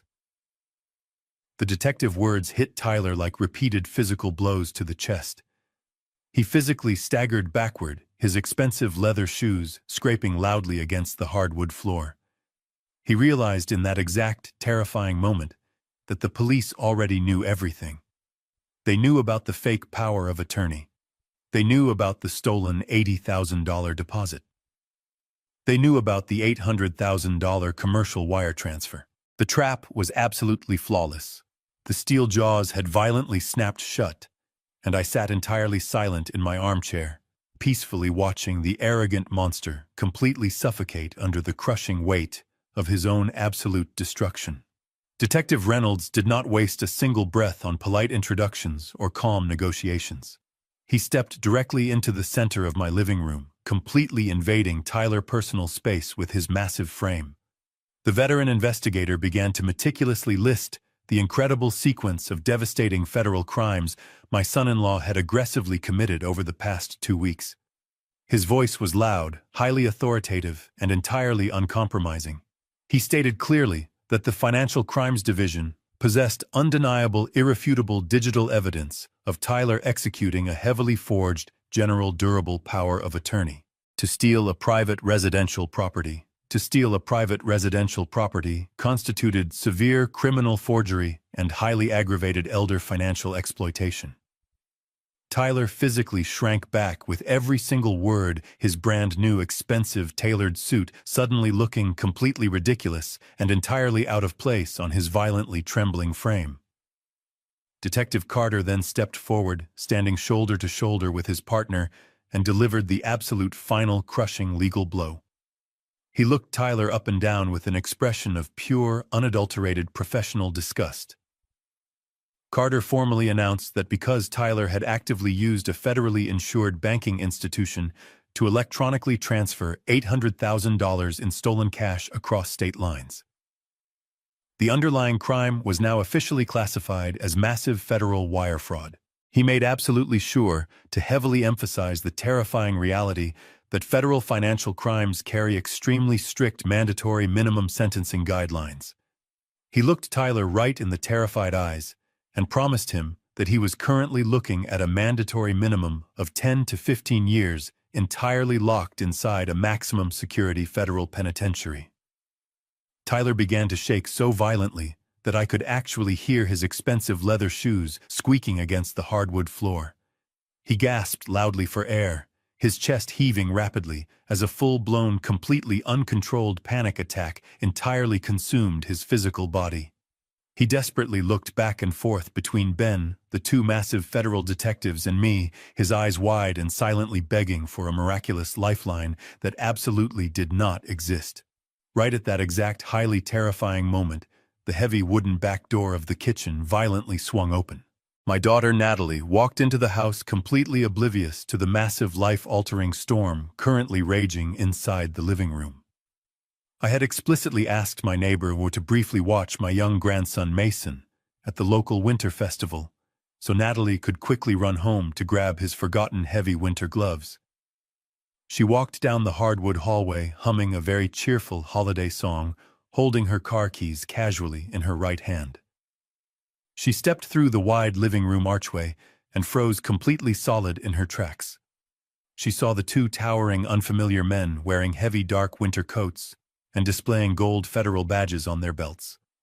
She saw her husband, pale, violently trembling, and entirely backed into a tight corner like a terrified, trapped rat. She looked at me sitting entirely calm and completely silent in my dark leather armchair, and pure, unfiltered confusion immediately washed over her tired face. She took a slow, highly uncertain step toward Tyler, instinctively wanting to comfort the man she genuinely believed loved and protected her. But the exact second Tyler saw his wife enter the room, his fundamental, deep-rooted core cowardice completely took over his entire personality. He did not try to protect her from the horrific situation. He did not try to shield her from the massive legal and emotional fallout about to destroy their lives. He instantly raised his shaking right hand, pointed his index finger directly at Natalie, and aggressively threw her right to the hungry federal wolves. He screamed at the absolute top of his lungs that the entire fraudulent real estate scheme was completely her idea from the very beginning. He hysterically lied directly to the federal detectives, claiming that Natalie deeply hated me, that she desperately wanted to forcibly sell the family house to fund her own lifestyle, and that she was the absolute mastermind who had personally forced him to forge the legal documents. He shouted wildly that she had constantly begged him to steal my retirement money so they could save their failing marriage, and that he was simply following her strict demands. Natalie dropped her car keys in absolute shock. They hit the hardwood floor with a sharp, ringing clatter that echoed loudly in the tense room. Her mouth fell wide open in absolute horrified disbelief as she stood perfectly still, listening to her beloved husband actively attempt to send her to a federal prison simply to save his own pathetic skin. I knew it was finally time to completely end this miserable, disgusting charade. I slowly stood up from my comfortable leather armchair. I reached down and picked up the locked black leather briefcase resting quietly near my feet. I carried it across the room and placed it securely on the glass coffee table sitting directly in the center of the living room space. The sharp, metallic clicking sound of the heavy brass latches popping open echoed loudly in the quiet room, instantly drawing everyone's absolute attention. I opened the heavy leather lid and reached inside. I completely bypassed the stack of certified legal documents and pulled out the thick, heavy manila envelope containing the high-resolution, private surveillance photographs. I walked slowly and highly purposefully around the edge of the coffee table until I was standing directly in front of my deeply shocked and entirely paralyzed daughter. Tyler watched my hands incredibly closely, his dark eyes suddenly widening with a brand new, terrifying realization that I was holding something infinitely more destructive than simple banking records or forged property deeds. I did not say a single word to him. I simply pulled the thick stack of glossy photographs out of the envelope and threw them aggressively onto the glass surface of the coffee table right in front of Natalie. The colorful, highly detailed images scattered wildly across the smooth glass. The very first photograph clearly showed Tyler wrapping his arm tightly and intimately around the waist of his young blonde mistress inside the polished white marble lobby of the luxury downtown condominium building. The second photograph showed them drinking expensive imported champagne and laughing affectionately together at a highly exclusive romantic restaurant. The third photograph showed him aggressively signing a digital delivery clipboard for tens of thousands of dollars worth of custom Italian bedroom furniture. I looked directly into my daughter, entirely shattered eyes, and delivered the final absolute truth that would completely cleanse my home. I told her in a cold, unyielding, and completely steady voice that Tyler was never planning to buy a new beautiful house for their struggling family. I told her that he had specifically registered exactly 2 secure electronic elevator keys for the $1 million penthouse property, one exclusively for himself and one exclusively for the 24-year-old woman who was currently decorating their new master bedroom. I made absolutely sure she fully understood the sheer breathtaking magnitude of his evil. I explained clearly that her husband was actively planning to let the ruthless corporate developers completely bulldoze our precious family home into the dirt, entirely steal the $800,000 in liquid cash, and permanently abandon her and her innocent young son on the freezing winter streets without a single penny to their names. Natalie stared down at the glossy surveillance photographs, completely covering the glass coffee table. She did not cry immediately. Her entire physical body simply locked into a rigid state of absolute, profound psychological shock. She slowly reached out with a violently trembling hand and picked up the vivid picture of Tyler, intimately kissing the young blonde woman. Her eyes rapidly scanned the undeniable high-definition visual evidence of her completely shattered reality. The perfect suburban marriage she had desperately fought to protect for years, the handsome husband she had blindly defended against me just a few hours ago. The entire hopeful foundation of her adult life was absolutely nothing more than a disgusting, highly elaborate trap, meticulously designed to completely destroy her. A low, agonizing, and entirely hollow wail suddenly erupted from deep inside her chest. It was a terrifying, deeply guttural sound of pure, unadulterated heartbreak and total, absolute betrayal. She dropped the glossy photograph back onto the table, covered her pale face with both of her shaking hands, and collapsed heavily onto her knees right there in the center of the living room carpet. She sobbed violently, her entire body shaking with the immense crushing force of the devastating revelation. Tyler completely panicked, realizing his ultimate social and financial destruction was fully complete. He took a reckless, highly desperate step forward, reaching his hands out toward his sobbing wife, hysterically shouting her name, desperately trying to formulate a pathetic, entirely unbelievable excuse for the undeniable photographs. But he never even got the chance to speak another pathetic lie. Detective Reynolds and Detective Carter moved with absolute, terrifying physical speed. They lunged forward simultaneously, grabbed Tyler violently by his broad shoulders, and aggressively slammed him face first against the hard plaster wall of my living room hallway. The heavy, violent physical impact rattled the antique picture frames hanging nearby. Detective Carter grabbed Tyler's wrists with immense force, twisted them painfully behind his back, and secured them tightly with a pair of heavy, freezing steel police handcuffs. The loud, sharp clicking sound of the metal ratchets firmly locking into place was the absolute most beautiful sound I had ever heard in my entire life. Detective Reynolds leaned closely into Tyler's ear and loudly professionally read him his absolute Miranda rights, explicitly informing him that he had the right to remain completely silent. The 2 massive federal detectives forcefully pulled Tyler away from the wall and dragged him aggressively toward the open front door. Tyler kicked his legs wildly, screaming in absolute panic, begging me to immediately call the bank manager, begging Natalie to please look at him one last time, completely melting down into a pathetic, weeping puddle of absolute terror. They hauled him forcefully out the front door, marched him roughly down the snowy concrete front steps, and shoved him violently into the back seat of their dark, unmarked police sedan. I stood quietly in my living room, looking out the front window, and watched the official vehicle drive away down the freezing street, taking the absolute worst mistake of my family's entire life entirely out of our world forever.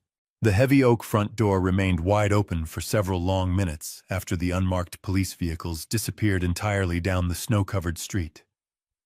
I stood there silently, feeling the freezing winter wind blow aggressively through the hallway, letting the crisp air physically cleanse the toxic, heavy atmosphere that had suffocated my home for years. Ben stood quietly beside me, placed a strong, reassuring hand on my right shoulder, and told me he would personally handle all the necessary legal follow-up with the federal prosecutors. He gathered his heavy leather briefcase, gave me one final nod of deep, profound respect, and walked out to his car, leaving me completely alone with my daughter. I slowly pushed the front door closed, locked the heavy brass deadbolt with a satisfying click, and turned around to face the living room. Natalie was still sitting on the hardwood floor, exactly where she had collapsed. The glossy surveillance photographs of her husband and his young blonde mistress were still scattered wildly across the glass coffee table, serving as a permanent, undeniable testament to her completely shattered reality. She slowly raised her head and looked directly at me. Her face was entirely streaked with dark, ruined makeup, and her eyes were completely red from crying. She looked exactly like a frightened, lost little girl desperately searching for the warm, protective father she had completely taken for granted her entire adult life. She pushed herself up from the floor, her hands trembling violently, and took a slow, highly unsteady step toward me. She began to speak, her voice cracking with heavy, breathless sobs. She apologized profusely, repeating the empty words over and over again, like a broken record. She swore to me that she never truly understood the massive, terrifying extent of Tyler's evil plan. She begged me to forgive her for being so incredibly blind, for completely ignoring my feelings, and for allowing her husband to treat me so poorly in my own home. She reached out, her shaking hands, desperately wanting me to step forward and pull her into a tight, comforting embrace. She cried heavily and told me that she had absolutely nowhere else to go. She pleaded with me to let her and my young grandson Mason stay in the house, promising that things would be completely different now that the monster was finally gone. She painted a pathetic, desperate picture of a fresh start, heavily hoping I would simply slip back into my old, comfortable role as her unconditional financial and emotional safety net. I looked at my daughter standing there in the hallway, begging for my protection, and I felt absolutely nothing. The deep, warm well of unconditional fatherly love that I had freely given her for 34 years was completely dry. I did not step forward to hug her. I did not offer her a warm tissue to dry her tears. I kept my physical distance, crossing my arms firmly over my chest, and looked at her with the exact same cold, analytical detachment I would use to inspect an irreparably damaged piece of machinery. I spoke to her in a quiet, steady, and entirely uncompromising voice. I told her that I did not believe her apologies for a single second.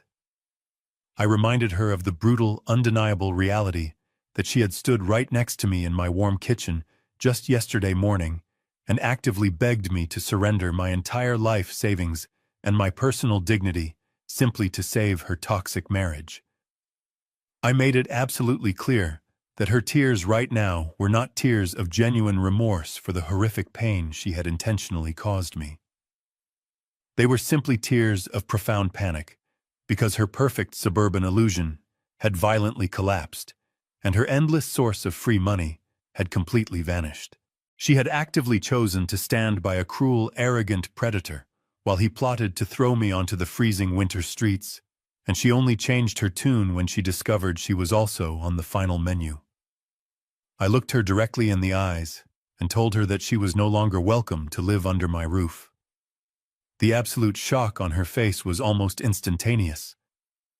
She gasped loudly, her hands flying up to cover her mouth in sheer unadulterated disbelief. She truly thought my anger was entirely directed at Tyler, and that she would easily escape the massive consequences of her own terrible complicity. I shattered that final delusion completely. I told her that she had exactly 30 days to pack every single piece of her clothing, gather all of her personal belongings, and permanently vacate my property. I explicitly stated that if she was not completely moved out by the end of January, I would have Ben file formal legal eviction papers and have the local county sheriff physically remove her from the premises. Natalie fell back against the wall, sliding down until she was sitting on the hardwood floor again, weeping loudly into her hands. I did not feel a single ounce of guilt. She was a grown woman who had made a conscious, terrible choice to betray her own father, and it was entirely time for her to face the harsh, unforgiving realities of the real world without my constant enabling protection. I realized in that moment that true family is not defined by shared blood. It is defined by mutual respect, genuine loyalty, and a love that never turns into abuse. While she continued to cry on the hallway floor, I addressed the only remaining piece of this tragic situation that actually mattered to my heart. I spoke loudly over her heavy sobs, forcing her to listen to the final terms of our brand new reality. I told her that I had already made permanent ironclad financial arrangements for my young grandson. I explained that the $80,000 in life insurance money from my late wife, the exact money Tyler had arrogantly tried to steal for his luxury downtown penthouse deposit, was now entirely safe and heavily protected. Ben had meticulously drafted a highly secure, impenetrable legal trust fund exclusively in Mason's name. I made it absolutely and painfully clear to Natalie that she would never have legal access to a single penny of that money. She could never borrow against it, she could never manage it, and she could absolutely never use it to pay off the massive mountain of credit card debt her criminal husband had left behind. The trust was entirely locked down by an independent corporate executor and could only be accessed by Mason himself when he officially turned 25 years old to pay for his college education or to purchase his first home. I told Natalie that I loved my grandson deeply and I would always ensure his future was completely secure, but I would absolutely not allow her to use him as a convenient pawn to extract any more resources from my life. I finished my statement, turned my back on her weeping form, and walked slowly up the carpeted stairs to my master bedroom. I closed the heavy wooden door firmly behind me, finally shutting out the exhausting, pathetic sounds of her emotional breakdown. The massive war was officially over, and I had successfully defended everything that truly belonged to me. Fast forward exactly 30 days later. It was a bright, incredibly crisp morning in early February. The sun was shining beautifully through the large living room windows, reflecting brightly off the clean hardwood floors. The massive stacks of brown cardboard moving boxes that Tyler had so arrogantly packed in the garage were completely gone. Natalie had quietly hired a cheap moving truck and left the house 2 days before the final legal deadline. She had taken her son, her clothes, and her entirely shattered pride to a small, cramped apartment on the other side of the city.